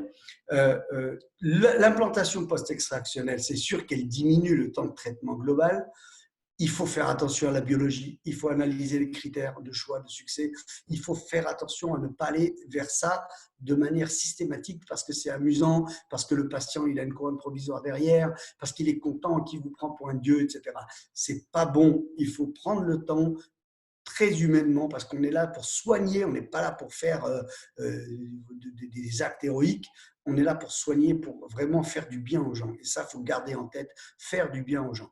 Il faut anticiper le résultat final, ce qui est très très dur parce que ça dépend de tellement de facteurs, vous avez vu, que c'est vraiment très difficile. Et il faut accepter avec humilité une courbe d'apprentissage en commençant par des sites de moindre exigence. Voilà, ben écoutez, je vous remercie de votre attention et je me prête au jeu des questions si vous le voulez bien. Merci, merci beaucoup, Dr Betash, pour cette excellente présentation. Vous nous avez permis de nous remettre au travail, même si c'est en virtuel, grâce à ces superbes cas cliniques et ces vidéos. Donc, sans trop tarder, on passe aux questions. Vous avez des remerciements un peu partout De la Tunisie, ouais, de la Tunisie, du Maroc et ouais, j'étais en Algérie. Ouais. Vraiment, donc, avec Yassir, donc on passera aux questions. Yassir, tu es là? D'accord, oui, je suis là. Merci Raphaël pour cette excellente et brillantissime présentation. Vraiment, tu nous as régalé. Donc, on va commencer par la première question qui a été posée. Donc, quel type de membrane vous utilisez pour les régénérations osseuses guidées? Écoutez, les membranes que j'utilise, en fait, c'est compliqué la membrane parce qu'il y en a des tonnes aujourd'hui avec des qualités plus ou moins différentes. Il y a les membranes en polytétrafluoroéthylène expansé, armées ou pas armées de titane, renforcées. Il y a les membranes en collagène simple comme les BioGuide ou en collagène réticulé comme d'autres. Il y en a qui se résorbent plus vite que d'autres. Donc en fait, en vrai, là aussi, pareil, il faudrait en discuter longtemps parce que le choix de la membrane est aussi le choix de le risque de réouverture, de la quantité de biomatériaux que l'on veut stabiliser sans qu'elle bouge, du temps de résorption. Plus une membrane est réticulée, plus elle va mettre du temps à se résorber. Et moins elle est réticulée et plus elle est solide. Par exemple, une BioGuide est assez solide comme membrane, mais elle n'est pas réticulée. Et par contre, elle se résorbe en 6 semaines. Il n'y en a plus, alors que nous, on nous dit dans les écrits qu'il faut 3 mois. Donc en réalité, je pense que sur des cas simples et tout, vous pouvez mettre la membrane de collagène basique, pas trop cher, parce que honnêtement, en type 2, il n'y a pas une reconstruction monumentale. C'est dans les grosses reconstructions qu'il faut réfléchir. La petite reconstruction autour d'un implant, une membrane en collagène basique du marché tranquille, fait le boulot, fait le job.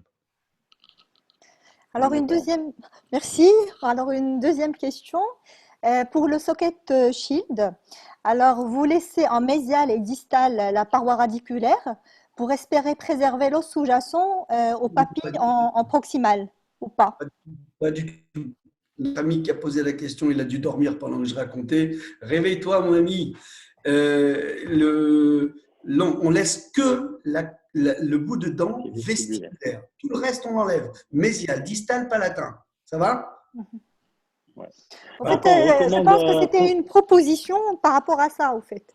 Est-ce que c'est possible de laisser en proximal? Ouais. J'ai lu ça, moi j'y croyais même pas quand j'ai lu l'article sur les contacts dans l'implant. En vrai, tout est possible. Le truc, c'est de se dire, la plupart du temps, quand une dent, elle doit être extraite. Par exemple, je ne vais pas faire du socket shield si la dent a un problème parodontal, parce qu'elle bouge déjà. Qu'est-ce que je vais aller mettre et garder un bout de racine qui n'est pas bien attaché, bien construit déjà lui-même? Donc là, je vais pas faire ça. On va faire un socket shield vraiment quand des situations se prêtent, une dent ankylosée, pour m'amuser, juste pour faire ça.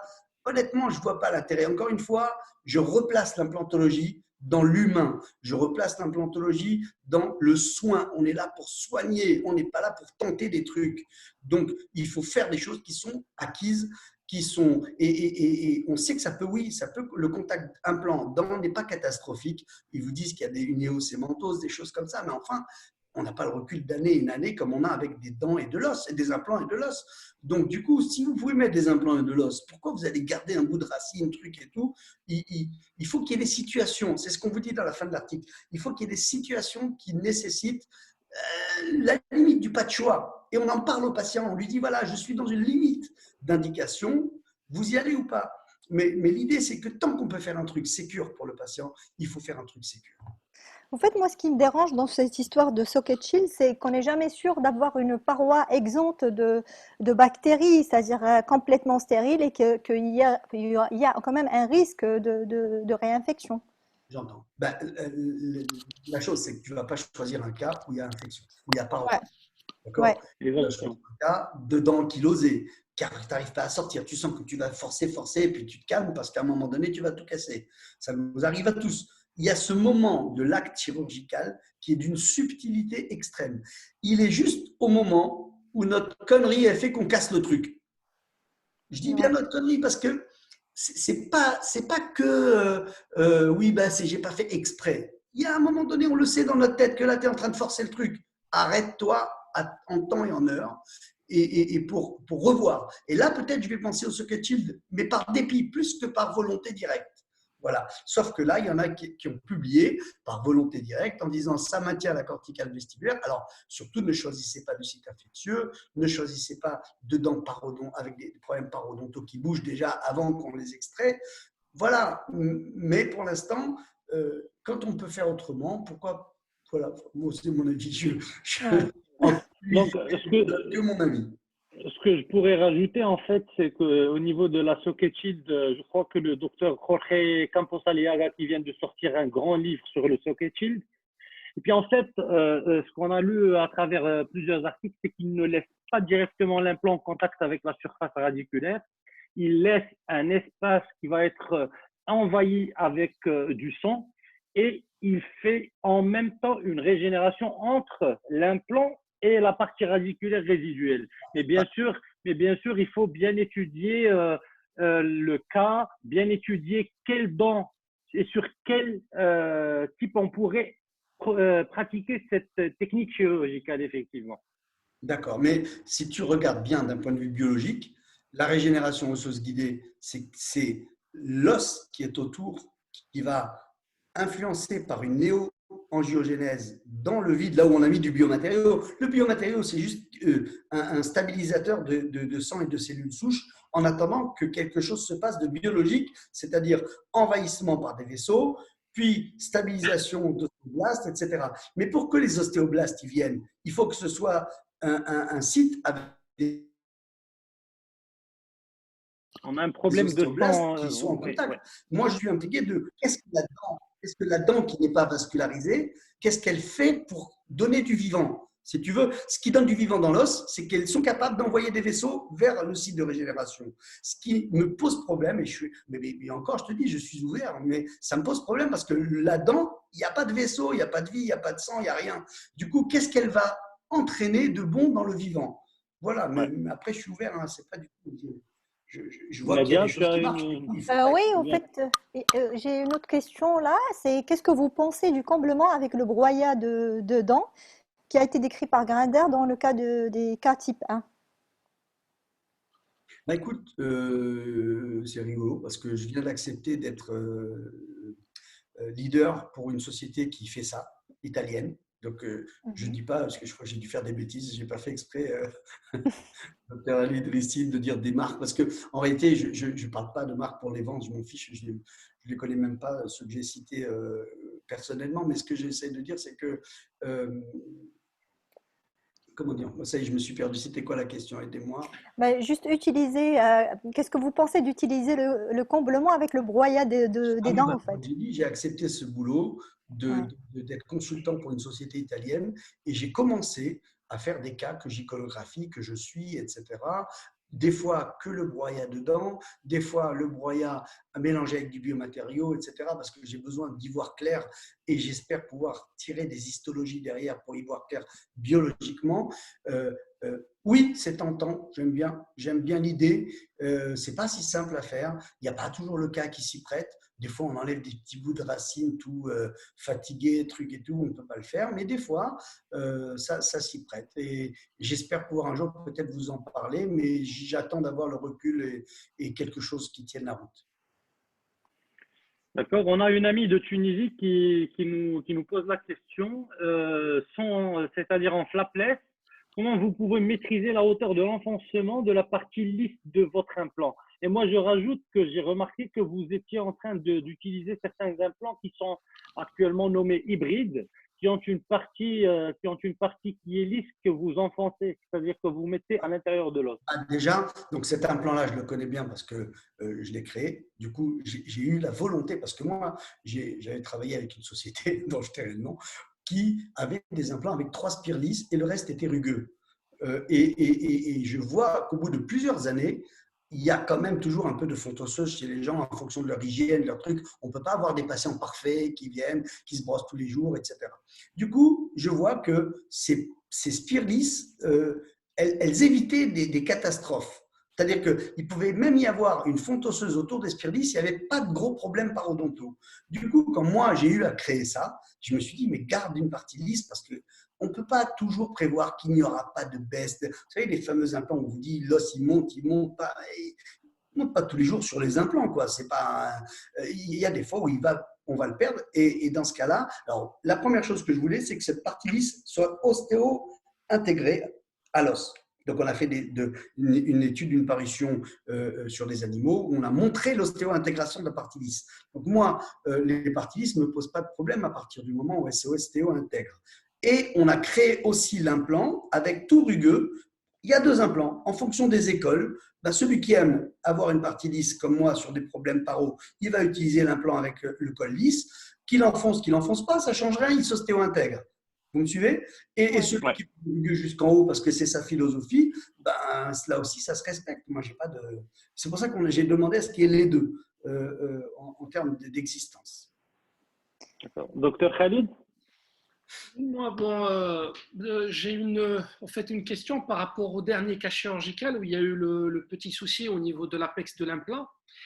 Et il y a beaucoup de questions qui sortent là-dessus, c'est-à-dire quel type de fraise vous avez utilisé, docteur Raphaël, pour pouvoir couper justement ce bout apical de l'implant. J'ai montré ça pour vous dire à quel point on est humain et que les galères en soirée à 19h, et après ça, vous rentrez chez vous et vous vous faites engueuler par votre femme. Donc, parce que vous êtes arrivé tard et vous êtes en transpiration. Donc, j'ai pris une fraise, la vérité, je n'ai pas réfléchi en ultra grande scientifique. Je suis allé en coupant avec une fraise métal, j'ai coupé, j'ai bien nettoyé, j'ai passé un peu de laser, j'ai fait tout. Je vous dis, j'ai prié beaucoup parce que je ne savais pas du tout si ça allait fonctionner. Je vous ai montré que ça a fonctionné parce qu'il y a des cas comme ça extrêmes où c'est sympa de voir après quand même que quand c'est pas un truc que je vais indiquer de faire. Vous voyez, il s'avère que j'avais mes papilles, mes trucs, je trouvais que la gencive était belle, j'avais envie de me battre sur ce truc-là pour le récupérer. Mais j'étais prêt aussi à gérer la catastrophe, à savoir tout enlever, nanana, et recommencer. C'est l'instinct du maître, c'est l'instinct du professionnel. Mais bien sûr, est-ce qu'il n'y avait pas la possibilité justement, c'est-à-dire avant de pouvoir passer carrément à cet acte radical qui a bien marché par la suite, est-ce qu'il n'y avait pas, c'est-à-dire à passer, décontaminer la surface, peut-être cureter, peut-être passer le laser? Quoi qu'il en soit, il fallait lever un lambeau, d'accord? Oh, bien sûr. Tu lèves le lambeau. Bon, tu vas trouver un peu de tissu granuleux de je ne sais pas quoi, t'enlèves. Sauf que tu peux décontaminer avec un herbium la surface de l'implant.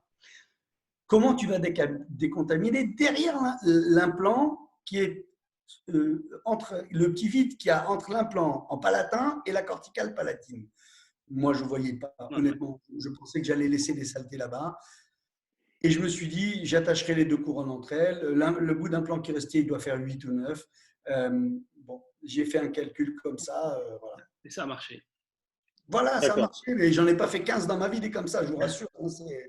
Celui-là, je l'ai pris en photo parce que le patient, il a fallu que je le rappelle, que je le supplie pour qu'il revienne pour l'image à 2019, parce qu'il ne voulait pas, il s'en foutait, tout allait bien.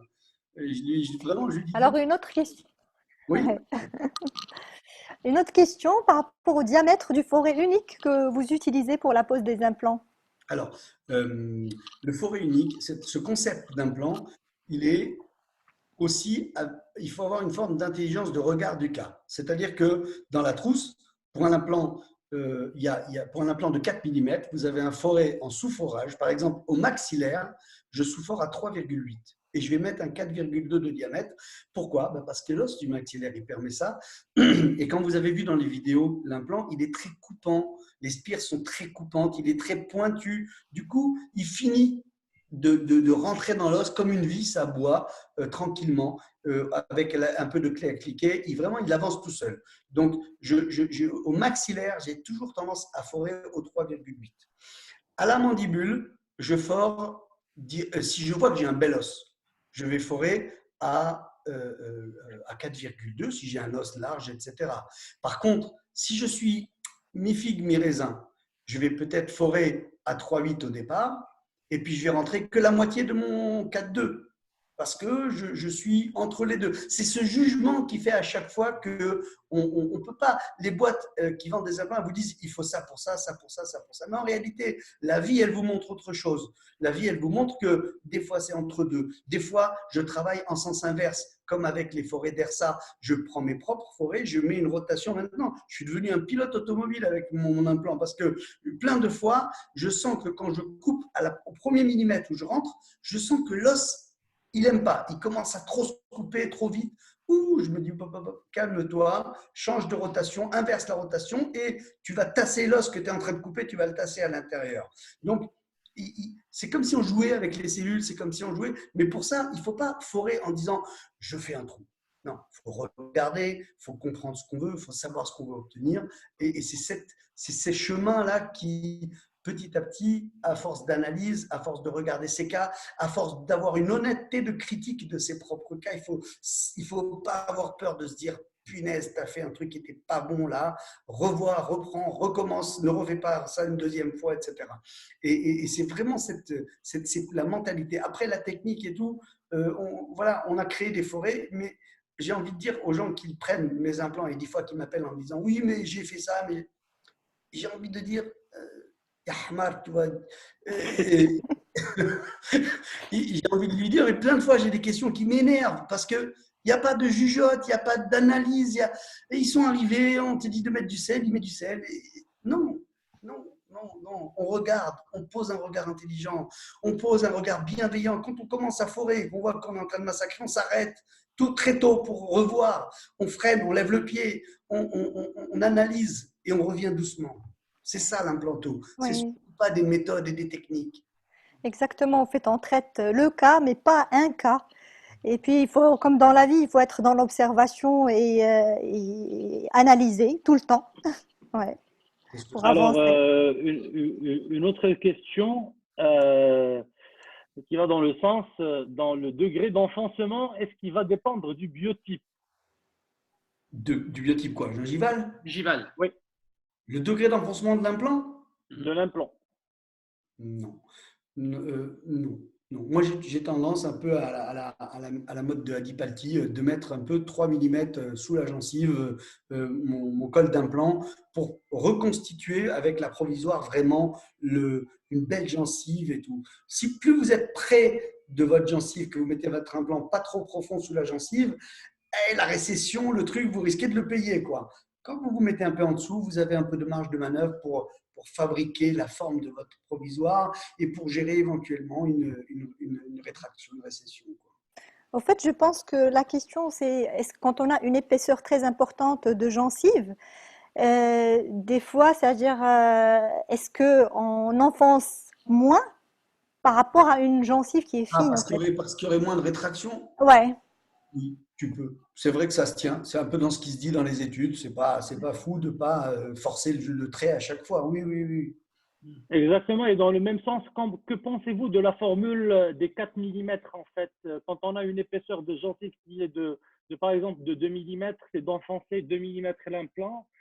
Quand on a 3, on enfonce 1 mm. Quand on a 4, on le met au même niveau cristal.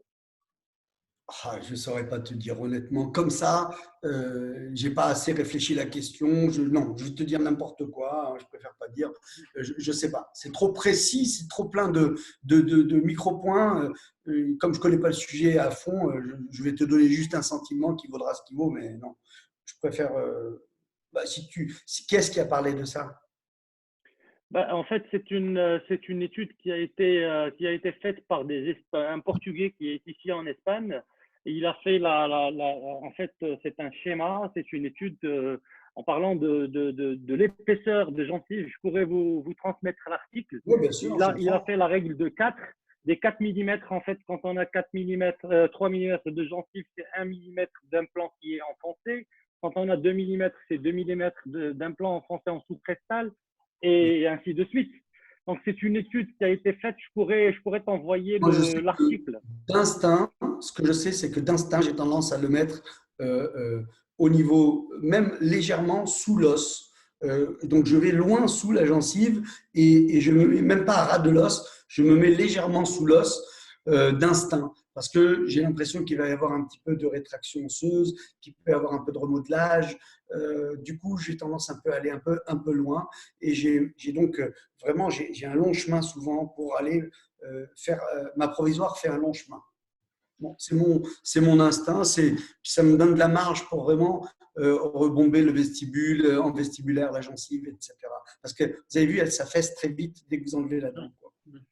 Docteur Raphaël, est-ce qu'on a un petit moment encore? Parce qu'il y a quelques petites questions. Est-ce que ça ne te dérange pas si on avance un petit peu sur les questions ou c'est un peu tard, on laisse pour…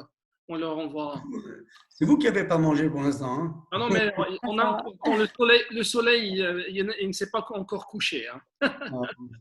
Mais c'est à toi de voir si on peut. Moi, je suis avec vous avec plaisir. Je suis vraiment là avec, en famille. Là. Merci, c'est très gentil. Merci. Alors, il y a une question, en fait, un confrère qui dit qu'en se basant sur la evidence base, est-ce qu'il y a des preuves scientifiques qui comparent le comblement du gap, justement, avec matériaux de comblement, c'est-à-dire tout ce que vous avez montré tout à l'heure, ou peut-être laisser le caillot sanguin faire son travail? Est-ce qu'il y a des études de sens? Alors, oui.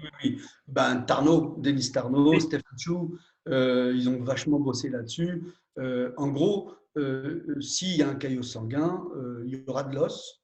Donc, même Denis Tarnot avait fait une magnifique étude où il avait laissé un vide énorme dans une canine, entre une canine et la corticale vestibulaire, chez un patient.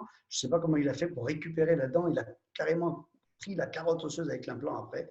Et on a vu qu'il y a de l'os. Donc, quand vous faites une post-extractionnelle, si vous ne mettez rien, mais qu'il y a du sang quand même, il y aura de l'os. Maintenant, le problème, il n'est pas que osseux, il est esthétique. C'est-à-dire que vous allez avoir la fonte de la corticale vestibulaire, d'accord, et de l'os qui se sera formé quand même sur l'implant. Donc, il est ostéo-intégré, on n'en parle pas. Mais esthétiquement, ici, ça s'est affaissé. Donc, Stephen Chu, qui est lui l'associé de Denis Tarnot et qui s'occupe de la partie prothétique, il dit non, il ne faut pas laisser comme ça. Oui, d'accord, on a réglé le problème, il y aura de l'os. Mais ce ne sera pas beau. Alors, même s'il n'y a pas 2 mm, parce qu'il y avait la règle des 2 mm, s'il y a moins de 2 mm, on peut ne rien mettre, etc. Je dirais, vu les types de Tarnot, on pourrait presque mettre rien tout le temps. S'il y a une belle corticale vestibulaire, bien sûr, et du sang. Mais il conseille vivement de combler avec du biomatériau entre l'implant et l'os. Et encore plus, lui, il rajoute du biomatériau entre la gencive et tout. Il repousse, il recrée vraiment du volume. Il dit même si le biomatériau, il se gingivo-intègre, il reste dans la gencive, c'est pas très grave parce que moi, ce que je veux après, c'est donner une belle forme de gencive qui va pouvoir permettre de poser une belle dent dessus. Voilà, donc, plus pour l'esthétique que Stephen Chu et Tarnot. Mais sinon, oui, il y aura de l'os. Je pense, après les études que je connais. Alors, une autre question par rapport c'est-à-dire quand vous faites le flapless, comment vous pouvez maîtriser la hauteur de l'enfoncement de la partie lisse de votre implant? Quand je fais le flapless, bon, déjà, je travaille le cas en amont, d'accord? Ouais. Mm-hmm. Pour une fois qu'il y a du soleil en France, c'est aujourd'hui. Il vient du Maroc. J'aurai un jour dans le mois, il est pour moi. Bon. Donc, on est tout content de te voir aussi, docteur Raphaël. C'est pour ça. Donc, quand on fait son calcul et qu'on travaille, on travaille avec ses scanners, sa planification. On voit qu'est-ce qu'on a comme hauteur de dose disponible, où est-ce qu'on va rentrer. Il faut réfléchir à la prothèse. Donc, du coup, si on a besoin que le prothésiste fabrique la dent, ou en tout cas, nous, il faut la visualiser. Moi, je ne travaille pas toujours avec une dent préfabriquée, etc. Mais quand je vais compenser à forer, je vois la dent provisoire. Je ne sais pas comment vous expliquer. Je l'imagine dans ma tête. Je me dis, tiens, elle va être là, donc je dois être resté dans ce cadre-là. Après, ça, c'est l'expérience. Mais sinon, vous faites des guides, vous faites tout ce qui peut vous aider à progresser gentiment. Maintenant, en termes de profondeur, les forêts ont une longueur par implant. D'accord? Donc, moi, je sais que quand mon forêt il arrive à un niveau, c'est le niveau que je choisis. Mais après, j'aime avoir de la marge. C'est-à-dire que je ne vais pas toujours mettre l'implant le plus limite. Après, je rentre dans la fosse nasale. Vous voyez ce que je veux dire? Je vais prendre, si je peux mettre un 18, je vais mettre un 15 ou un 12 et pour pouvoir, parce que des fois, on est surpris du manque de stabilisation primaire de son implant une fois qu'on rentre là-dedans. c'est pas des sciences sûres et exactes. Une fois que vous faites votre forage et puis vous mettez, des fois votre implant, qu'est-ce qu'il fait? Il se tourne un peu, il part parce que vous ne voyez pas le flapless. C'est ça qui est horrible. C'est qu'on ne voit pas tout le temps et on croit des fois des choses qui ne sont pas ce qui est en train de se passer. Donc, par exemple, j'ai toujours le doigt sur la corticale vestibulaire quand je visse l'implant pour des fois sentir s'il y a un truc qui se passe que j'ai pas senti. Je ne suis pas le bon Dieu, je maîtrise pas tout dans tous les sens. Donc, je touche, je sens, et puis à un moment donné, je sens que mon contre-angle, qui par exemple va être torqué à 30 newtons centimètre, il commence à forcer, il commence donc voilà, là je suis pas mal. Moi j'aime bien sur des postes extractionnels de type 1, torquer plus fort, aller chercher plus d'ancrage plus fort. Du coup je m'arrête avec le contre-angle, je reprends avec la clé à cliquet, je rentre. Je sais qu'en apical j'ai de la marge, donc je ne suis pas stressé du millimètre, pourvu que je trouve ma stabilisation primaire. Voilà ma manière de faire. Ça, c'est ma sauce bétache. Oui, merci. Yassir? Donc, on a une autre question qui nous vient de Tunisie aussi. Alors, que pensez-vous de l'intérêt de la sous-classification la classe 2, A et B? Je ne fais que répéter la question, en fait. La classification, la classe 2. De quoi? D'alvéole ou de… Oui, d'alvéole, je crois. D'alvéole, je crois. Des alvéoles, oui. Des alvéoles. Puis dites-lui qu'il nous écrive c'est quoi A et B, parce que là, franchement… D'accord. Oui. Khalid? En cas de… Ça, c'est notre cher membre aussi et fondateur qui pose cette question. En cas de traumatisme antéro-supérieur, c'est-à-dire au niveau du secteur 2, on a les fractures de la 11 et de la 21, au niveau de la moitié des racines, plus une luxation de la 12 et la 22. C'est-à-dire certainement, ça c'est un cas qui s'est présenté chez lui. Et est-ce qu'à votre avis, il faut faire l'extraction, attendre un petit peu, c'est-à-dire attendre la cicatrisation et puis réintervenir pour poser des implants, ou vous préconisez à ce moment-là de poser les implants, c'est-à-dire non tenant? Ce cas, il résume toute la subtilité de toute la conférence. Voilà. C'est j'y vais pas, j'enlève pas. Donc là, de ce que tu m'expliques, j'ai probablement pas assez d'éléments pour te répondre, de manière ferme. Mais oui, je vais reprendre tout comme il faut. Je vais voir son occlusion, qu'est-ce qui lui reste des dents en bas, comment il va fermer, est-ce qu'il va rester est-ce qu'il y a assez de hauteur prothétique pour que je fasse des couronnes provisoires et qu'il ne soit pas en occlusion, surtout en sous-occlusion. Est-ce qu'il a abîmé la table externe ou pas? Quel gencive il a? Est-ce que tu vois, c'est vraiment l'addition de plein de questionnements entre le patient, même des fois tu as des patients qui y vont, puis tu as des craintifs. Le craintif, il vaut mieux aller doucement avec lui parce que le craintif, il te reprochera toujours d'être allé trop vite. Il faut s'adapter à tout ça. Donc, du coup, le nombre de paramètres, c'est vraiment l'article de Buzer de 2017, c'est quand est-ce qu'on fait, et il y a des critères, mais ce qu'il ne donne, c'est que ce sont que des critères. Après, c'est l'addition de toute cette sauce, de toute cette cuisine pour arriver à décider d'une décision qui va être bonne ou mauvaise. On le saura plus tard. Maintenant, quand on a un doute entre la bonne et la mauvaise, on prend toujours la plus sécure pour le patient, même si elle est enquiquinante pour nous. D'accord. Docteur Raphaël, que pensez-vous alors de la greffe simultanée avec la pose d'implant post-extractionnel de conjonctif? Est-ce que c'est une pratique qu'on pourrait faire systématiquement pour qu'on ait une bonne vascularisation et pas de résorption, ou bien c'est en fonction de l'épaisseur de la gencive kératinisée et en plus de la table vestibulaire? Moi, je comprends ta question. Moi, j'ai fait beaucoup de post-extractionnel un temps. Je me suis calmé sur le post-extractionnel. J'ai eu une période comme ça de fou il y a quelques années, je ne sais pas, 5-7 ans. C'était la mode, on était comme des fous, on en mettait et tout ça. Et je vois que ce que j'ai vu, c'est que la gencive, elle tient bien. C'est-à-dire, en fait, s'il y a une bonne gencive au départ, ce n'est pas obligé de mettre du conjonctif, honnêtement. Parce que mettre du conjonctif, ça veut dire décoller décoller la gencive qui est déjà collée, puisque donc tu vas créer une agression, une petite résorption osseuse pour rajouter une gencive. Si tu as de la gencive convenable, moi je suis partisan de ne pas être plus royaliste que le roi, j'y vais tranquille. Par contre, Denis Tarnot, il avait l'habitude de dire un miracle à la fois.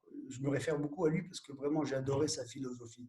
Donc pardon, mais tout le monde sait quand même que c'est pas n'importe qui. Un miracle à la fois. Vous voyez, donc Wallace, Stephen Wallace, vous le connaissez très bien aussi au Maroc, il aime beaucoup venir chez vous.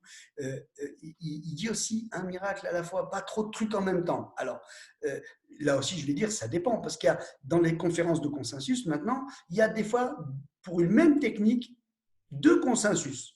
Un qui dit si vous êtes un praticien expérimenté de plus de 10 ans, de plus d'un certain nombre de cas, etc., c'est une technique que vous pouvez aborder. Et un qui dit, si vous êtes plutôt dans les débutants et pas trop d'expérience, calmez-vous, faites-le en 2 temps. C'est-à-dire que le consensus maintenant n'est plus un consensus valable pour tout le monde. Cette technique marche. Non, ça va dépendre aussi de l'expérience et de son recul. Et donc voilà, ça c'est important à intégrer là-dedans. Oui, pour la gencive que je vais rapporter, mais pas trop de trucs à la fois. Voilà, souvent les gens aiment bien te mettre un petit bout de conjonctif, de bidule, mais tu rajoutes encore, il faut retrouver la vascularisation de tout, faut attendre encore beaucoup plus longtemps pour que ça s'intègre, pour attendre que ça s'harmonise, parce que si vous faites la couronne définitive trop tôt là-dessus et que ça va encore modifier, etc., les tissus, parce que ça met très longtemps les tissus à changer, à modifier, et vous vous retrouvez avec quelque chose qui est beau au jour 1, et puis quelques années plus tard ou mois, c'est beaucoup moins beau. C'est la fameuse étude qui montre qu'au bout de 4 ans, les patients sont beaucoup moins contents qu'à 1 an. Ouais. Alors, une autre question, Raphaël, par rapport aux membranes que vous utilisez et comment vous les fixez, et aussi, est-ce que vous utilisez du PRF? Alors, les membranes que j'utilise, comme je vous ai dit, j'en ai plusieurs. Des qui sont dures, des qui sont grandes, des qui sont petites, et puis il y a celles de tous les jours. Membrane, je prends collagène équin, celle qui me sert pour les petites choses. Alors, quand j'ai une bonne stabilisation de mon matériau, il n'y en a pas beaucoup, que je veux bien recouvrir mon matériau qui ne bouge pas trop, que quand je vais refermer les gencives dessus, je finis de plaquer tout ça. Je ne mets pas obligatoirement de pins, de trucs à chaque fois. Je suis pas trop. Aujourd'hui, j'étais pas trop pins. J'ai été pins. J'ai perdu des pins que j'ai mis 3 heures à retrouver dans la gencive linguale à me rendre fou. Voilà, alors effectivement, le truc qu'on a vu avec Istvan Urban, c'était juste une folie. Moi, je rêverais de faire ça. J'en fais, je fais des grilles, je fais des choses. Voilà, des pins qui tiennent comme ça à chaque fois. Franchement, je vais les acheter parce que jusqu'ici, les pins n'ont pas beaucoup. J'ai pas eu beaucoup de réussite avec les pins. Voilà. Ils se défont. Est-ce que tu prends des 3 mm de profondeur ou des 5? Est-ce que tu arrives à rentrer en lingual, pardon, en bas, dans une bouche un peu spé pour aller taper et le rentrer? Ou est-ce qu'il y a des choses qui te les rendent? Bon, je pense qu'il faut trouver le bon matériel, la bonne manière de le faire. Donc, pas tout le temps. Voilà. Il y a plein de fois où c'est juste les gencives qui stabilisent l'ensemble en fermeture. Et puis, il y a des fois où tu veux de la grosse reconstruction. Et là, il faut quand même t'armer, il faut t'embêter à essayer de bloquer tout ça. Il y a un ami d'Espagne qui il a posé une question en anglais. Brilliant lecture, thank you very much. Do you combine free soft tissue graft with bone-guided regeneration for implant placement in the aesthetic zone? Ouais. Non, pas en même temps, quoi. Pas en même temps, on pose une greffe gingivale libre avec un plan. Avec ce que je te dis encore, c'est trop de miracles qu'on demande à la nature en une fois. Cool. Take your time, man. One miracle by time. One miracle. Alors, on prend une dernière question et puis on se libère tous. Hein? On prend une dernière question et à toi l'honneur, Yassir. Alors, donc la dernière question serait, y a-t-il des études comparatives récentes entre 1 ou 2 temps en cas d'extraction-implantation immédiate? Est-ce qu'il y a une différence significative? et aussi votre Attends, expérience. j'ai pas très bien compris la question, Yasser. Entre 1 et 2. Alors, y a-t-il des études comparatives récentes entre le fait d'implanter en un seul temps ou deux temps, c'est-à-dire ou bien faire Implanté en un temps et 2 temps. l'extraction, implantation immédiate, Type 1. c'est-à-dire ou bien on extrait et on fait une implantation immédiate, ou bien on fait une implantation différée. Et puis, dans le même, il vous demande votre expérience sur le forage sans irrigation. Alors, moi, le forage sans irrigation, je vais commencer par ça parce que l'autre, je n'ai pas encore tout compris dans la question, mais je vais y arriver, t'inquiète pas. Il est 20 heures, je commence à être fatigué peut-être. Mais donc, le forage sans irrigation, c'est jamais quelque chose que j'ai très bien ressenti, mais je peux l'entendre si on tourne très lentement. Voilà. Moi, mon concept d'implant, il tourne entre 1500 et 2000 tours minute. Vous avez vu comme il tourne vite dans les films. Donc là, j'ai vraiment besoin d'irrigation. Ça ne peut pas être fait sans irrigation. Voilà. Maintenant, je n'ai pas tellement d'expérience du forage lent parce que tous les implants avec lesquels j'ai travaillé durant ma carrière ont tous eu minimum 1200 tours minute de rotation au forage et il fallait de l'eau. Voilà. Donc, après, les études de l'échauffement de l'os, etc., ça, je connais très bien. On pourra en parler peut-être une autre fois. Comment l'os se chauffe, comment est-ce que, si vous voulez, quand un forêt traverse l'os, alors pas en post-extractionnel, d'accord, mais quand on passe sur un os normal qui a cicatrisé depuis plusieurs mois, ce qui va chauffer, c'est le passage de la corticale. C'est pas quand le forêt est dedans. Ce qui chauffe dans le forage implantaire, c'est quand on traverse la corticale. D'ailleurs, les études scientifiques internationales, et j'en ai fait, qui mesurent l'augmentation de température des forages, parce que moi, comme je fore à 2000 tours, 1500 tours minute, tout le monde m'a dit « oh là là, oh là là ». Donc, du coup, il a fallu créer une étude pour démontrer que ça ne brûlait pas l'os, etc., et comparative avec d'autres implants et tout. Donc, on a beaucoup appris sur le forage, mais pour vous résumer simplement, c'est le début qui chauffe. C'est en haut, quand on traverse. Après, quand on rentre dedans, au contraire, les spires de l'implant, elles libèrent leur chaleur à l'intérieur de l'os trabéculaire. Alors maintenant, la première question, redis-moi, il y avait une histoire d'implant post-extractionnel de type 1, c'est-à-dire j'enlève, pose, c'est ça. Et l'autre, c'était quoi? Alors, si j'ai bien aussi compris la question, est-ce qu'il y a des études comparatives récentes? Là, j'ai fait que ça, de montrer des comparatifs entre type 1 et type 2. Je vous en ai montré des dizaines. Les types 1 ont leur intérêt esthétique, de temps, de plein de choses, mais elles sont dangereuses quand on ne les choisit pas les cas comme il faut. Dès qu'on manque de corticale vestibulaire, dès qu'on manque de gencives et d'épaisseur de gencives et tout, il vaut mieux aller. Ils vous ont dit pendant toute la conférence, l'idée c'était de vous donner des petites clés pour arriver à choisir plutôt là et là. S'il manque de là, en gros, s'il n'y a pas de corticale vestibulaire et une bonne gencive, oubliez le type 1. Ça va? Ça, c'est ce que disent toutes les études. S'il y a une perte de corticale vestibulaire, vous enlevez l'implant, vous laissez cicatriser la gencive, donc on est dans du type 2, vous rouvrez, vous posez l'implant, vous mettez… Ça, c'est s'il y a de l'os quand même pour poser l'implant. D'accord? Il ne faut pas qu'il y ait 70% de l'os qui manque et que je le plante juste dans 2 mm et que je régénère tout autour. Non, il faut qu'il y ait 85% de l'os qui est là, je pose mon implant, je régénère les 15-20% qui manquent, je refais proprement et là, ça va marcher très bien. Voilà, la comparaison entre les deux, elle est là. Dès qu'on commence à avoir un vrai manque d'os pur, là, on oublie. On commence par régénérer, on commence par faire de la prédéservation de crête, et on attend, et on mesure, etc. Et donc là, on est dans d'autres… Voilà, ce que Urban nous a montré, ce que des gens qui régénèrent vraiment bien. C'est extrême, en fait. Ouais.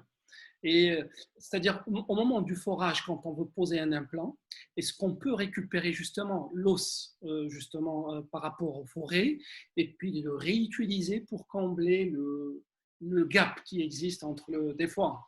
Écoute, moi je dirais que c'est quand même un os qui est un peu maltraité, l'os du forage. D'accord? Les cellules sont maltraitées. Je préfère un os qui est récupéré autrement. Maintenant, il semble, d'après les études, que plus ça va, plus ils vous disent faites de l'aérogé et mettez un petit peu de… Même dans les sinus, hein, Stéphane Wallace, il dit, c'est pas que ça ne marche pas sans autogène. Vous pouvez mettre que du biomatériau. Moi, je fais que ça souvent. Mais quand vous avez un peu d'autogène, si vous arrivez à en prendre, c'est mieux. D'accord? C'est mieux, ça ne veut pas dire que ça ne marche pas dans l'autre. C'est mieux. C'est-à-dire le nombre d'études qui a montré que ça donnait de bons résultats, etc. On voit dans les études comparatives en systematic review, on voit des petites différences. Voilà.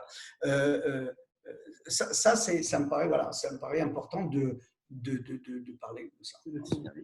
Bah, écoute, Donc, quand on parle d'os, au fait, vous utilisez quel type d'os pour Là aussi, c'est ce pareil. gap? Il y a, si je suis dans un sinus, au vu des volumes qu'il faut reconstruire, honnêtement, économiquement, mettre des bios et des trucs qui coûtent une fortune, des halogènes, c'est coûteux. Du coup, et pourtant, moi, je mets aujourd'hui du bêta-phosphate tricalcique, du TCP pour eux, qui est très bien et qui marche merveilleusement bien. J'ai des reculs cliniques de 15 ans avec des choses magnifiques. Alors, quand je peux rajouter un peu d'autogène, je rajoute, d'accord? Ça, c'est pas un problème. En crête, quand je travaille sur les crêtes à l'extérieur, j'adore le biomatériau os halogène. Je trouve qu'il est formidable. Je le préfère au xénogreffe comme le bios. Le bios, il a ça de bien, c'est qu'il n'a pas de fonte, parce qu'il est là, il se résorbe peu, mais il n'est pas agréable quand on rouvre. Il y a des petits grains qui piquent, qui sont là. Je me suis même amusé à faire du 70% halogène, 30% bios, parce que dans l'halogène, on a quand même un magnifique os, mais on a un peu de fonte. Donc, soit il faut surcorriger légèrement, soit voilà. Mais et je me suis dit, bon, pour ne pas surcorriger, je vais mélanger du bios. Et je n'avais pas une grosse expérience du bios. Et ça marche très bien. Je n'ai rien à dire sur le bios. Il y a juste le côté, quand vous ouvrez avec de l'halogène, on dirait de l'os. Vous ne savez plus faire la différence entre l'os d'avant du patient, le neuf, le truc, vous voyez tout. Avec le bios, il y a quand même ce côté, il y a des petits grains un peu piquants par-ci, par-là. Il faut un peu faire le ménage avant d'arriver à repartir. Mais honnêtement, voilà, je ne peux pas critiquer plus que ça. C'est qu'une question de ressenti, mais il marche. Et quasiment tous les matériaux marchent. Plus dans le sinus, je vais mettre du TCP. Plus à l'extérieur, je mettrai de l'halogène et ou du bios en mélange ou du bios tout seul. Pour ceux qui adorent le bios, je n'ai pas de critique particulière. merci beaucoup. C'est très gentil à vous. Avec Ça a plaisir. été un vrai plaisir, un vrai régal. Donc, Exactement. on va vous laisser un petit peu te reposer et puis on se donne rendez-vous très prochainement au Maroc. Bah oui, je crois que vous avez. Très prochainement au Maroc. Bravo, vous êtes une équipe formidable, très gentille, très bienveillante. Et donc voilà, j'étais content de faire votre connaissance. Merci beaucoup. Merci beaucoup. Merci Merci Raphaël. beaucoup. Merci. Merci les amis pour À la prochaine. votre présence. Votre soutien et on se donne rendez-vous vendredi prochain. Au revoir. Okay. Au revoir tout le monde. Merci Raphaël. Merci tout le monde. Merci À la Raphaël. prochaine. Au revoir.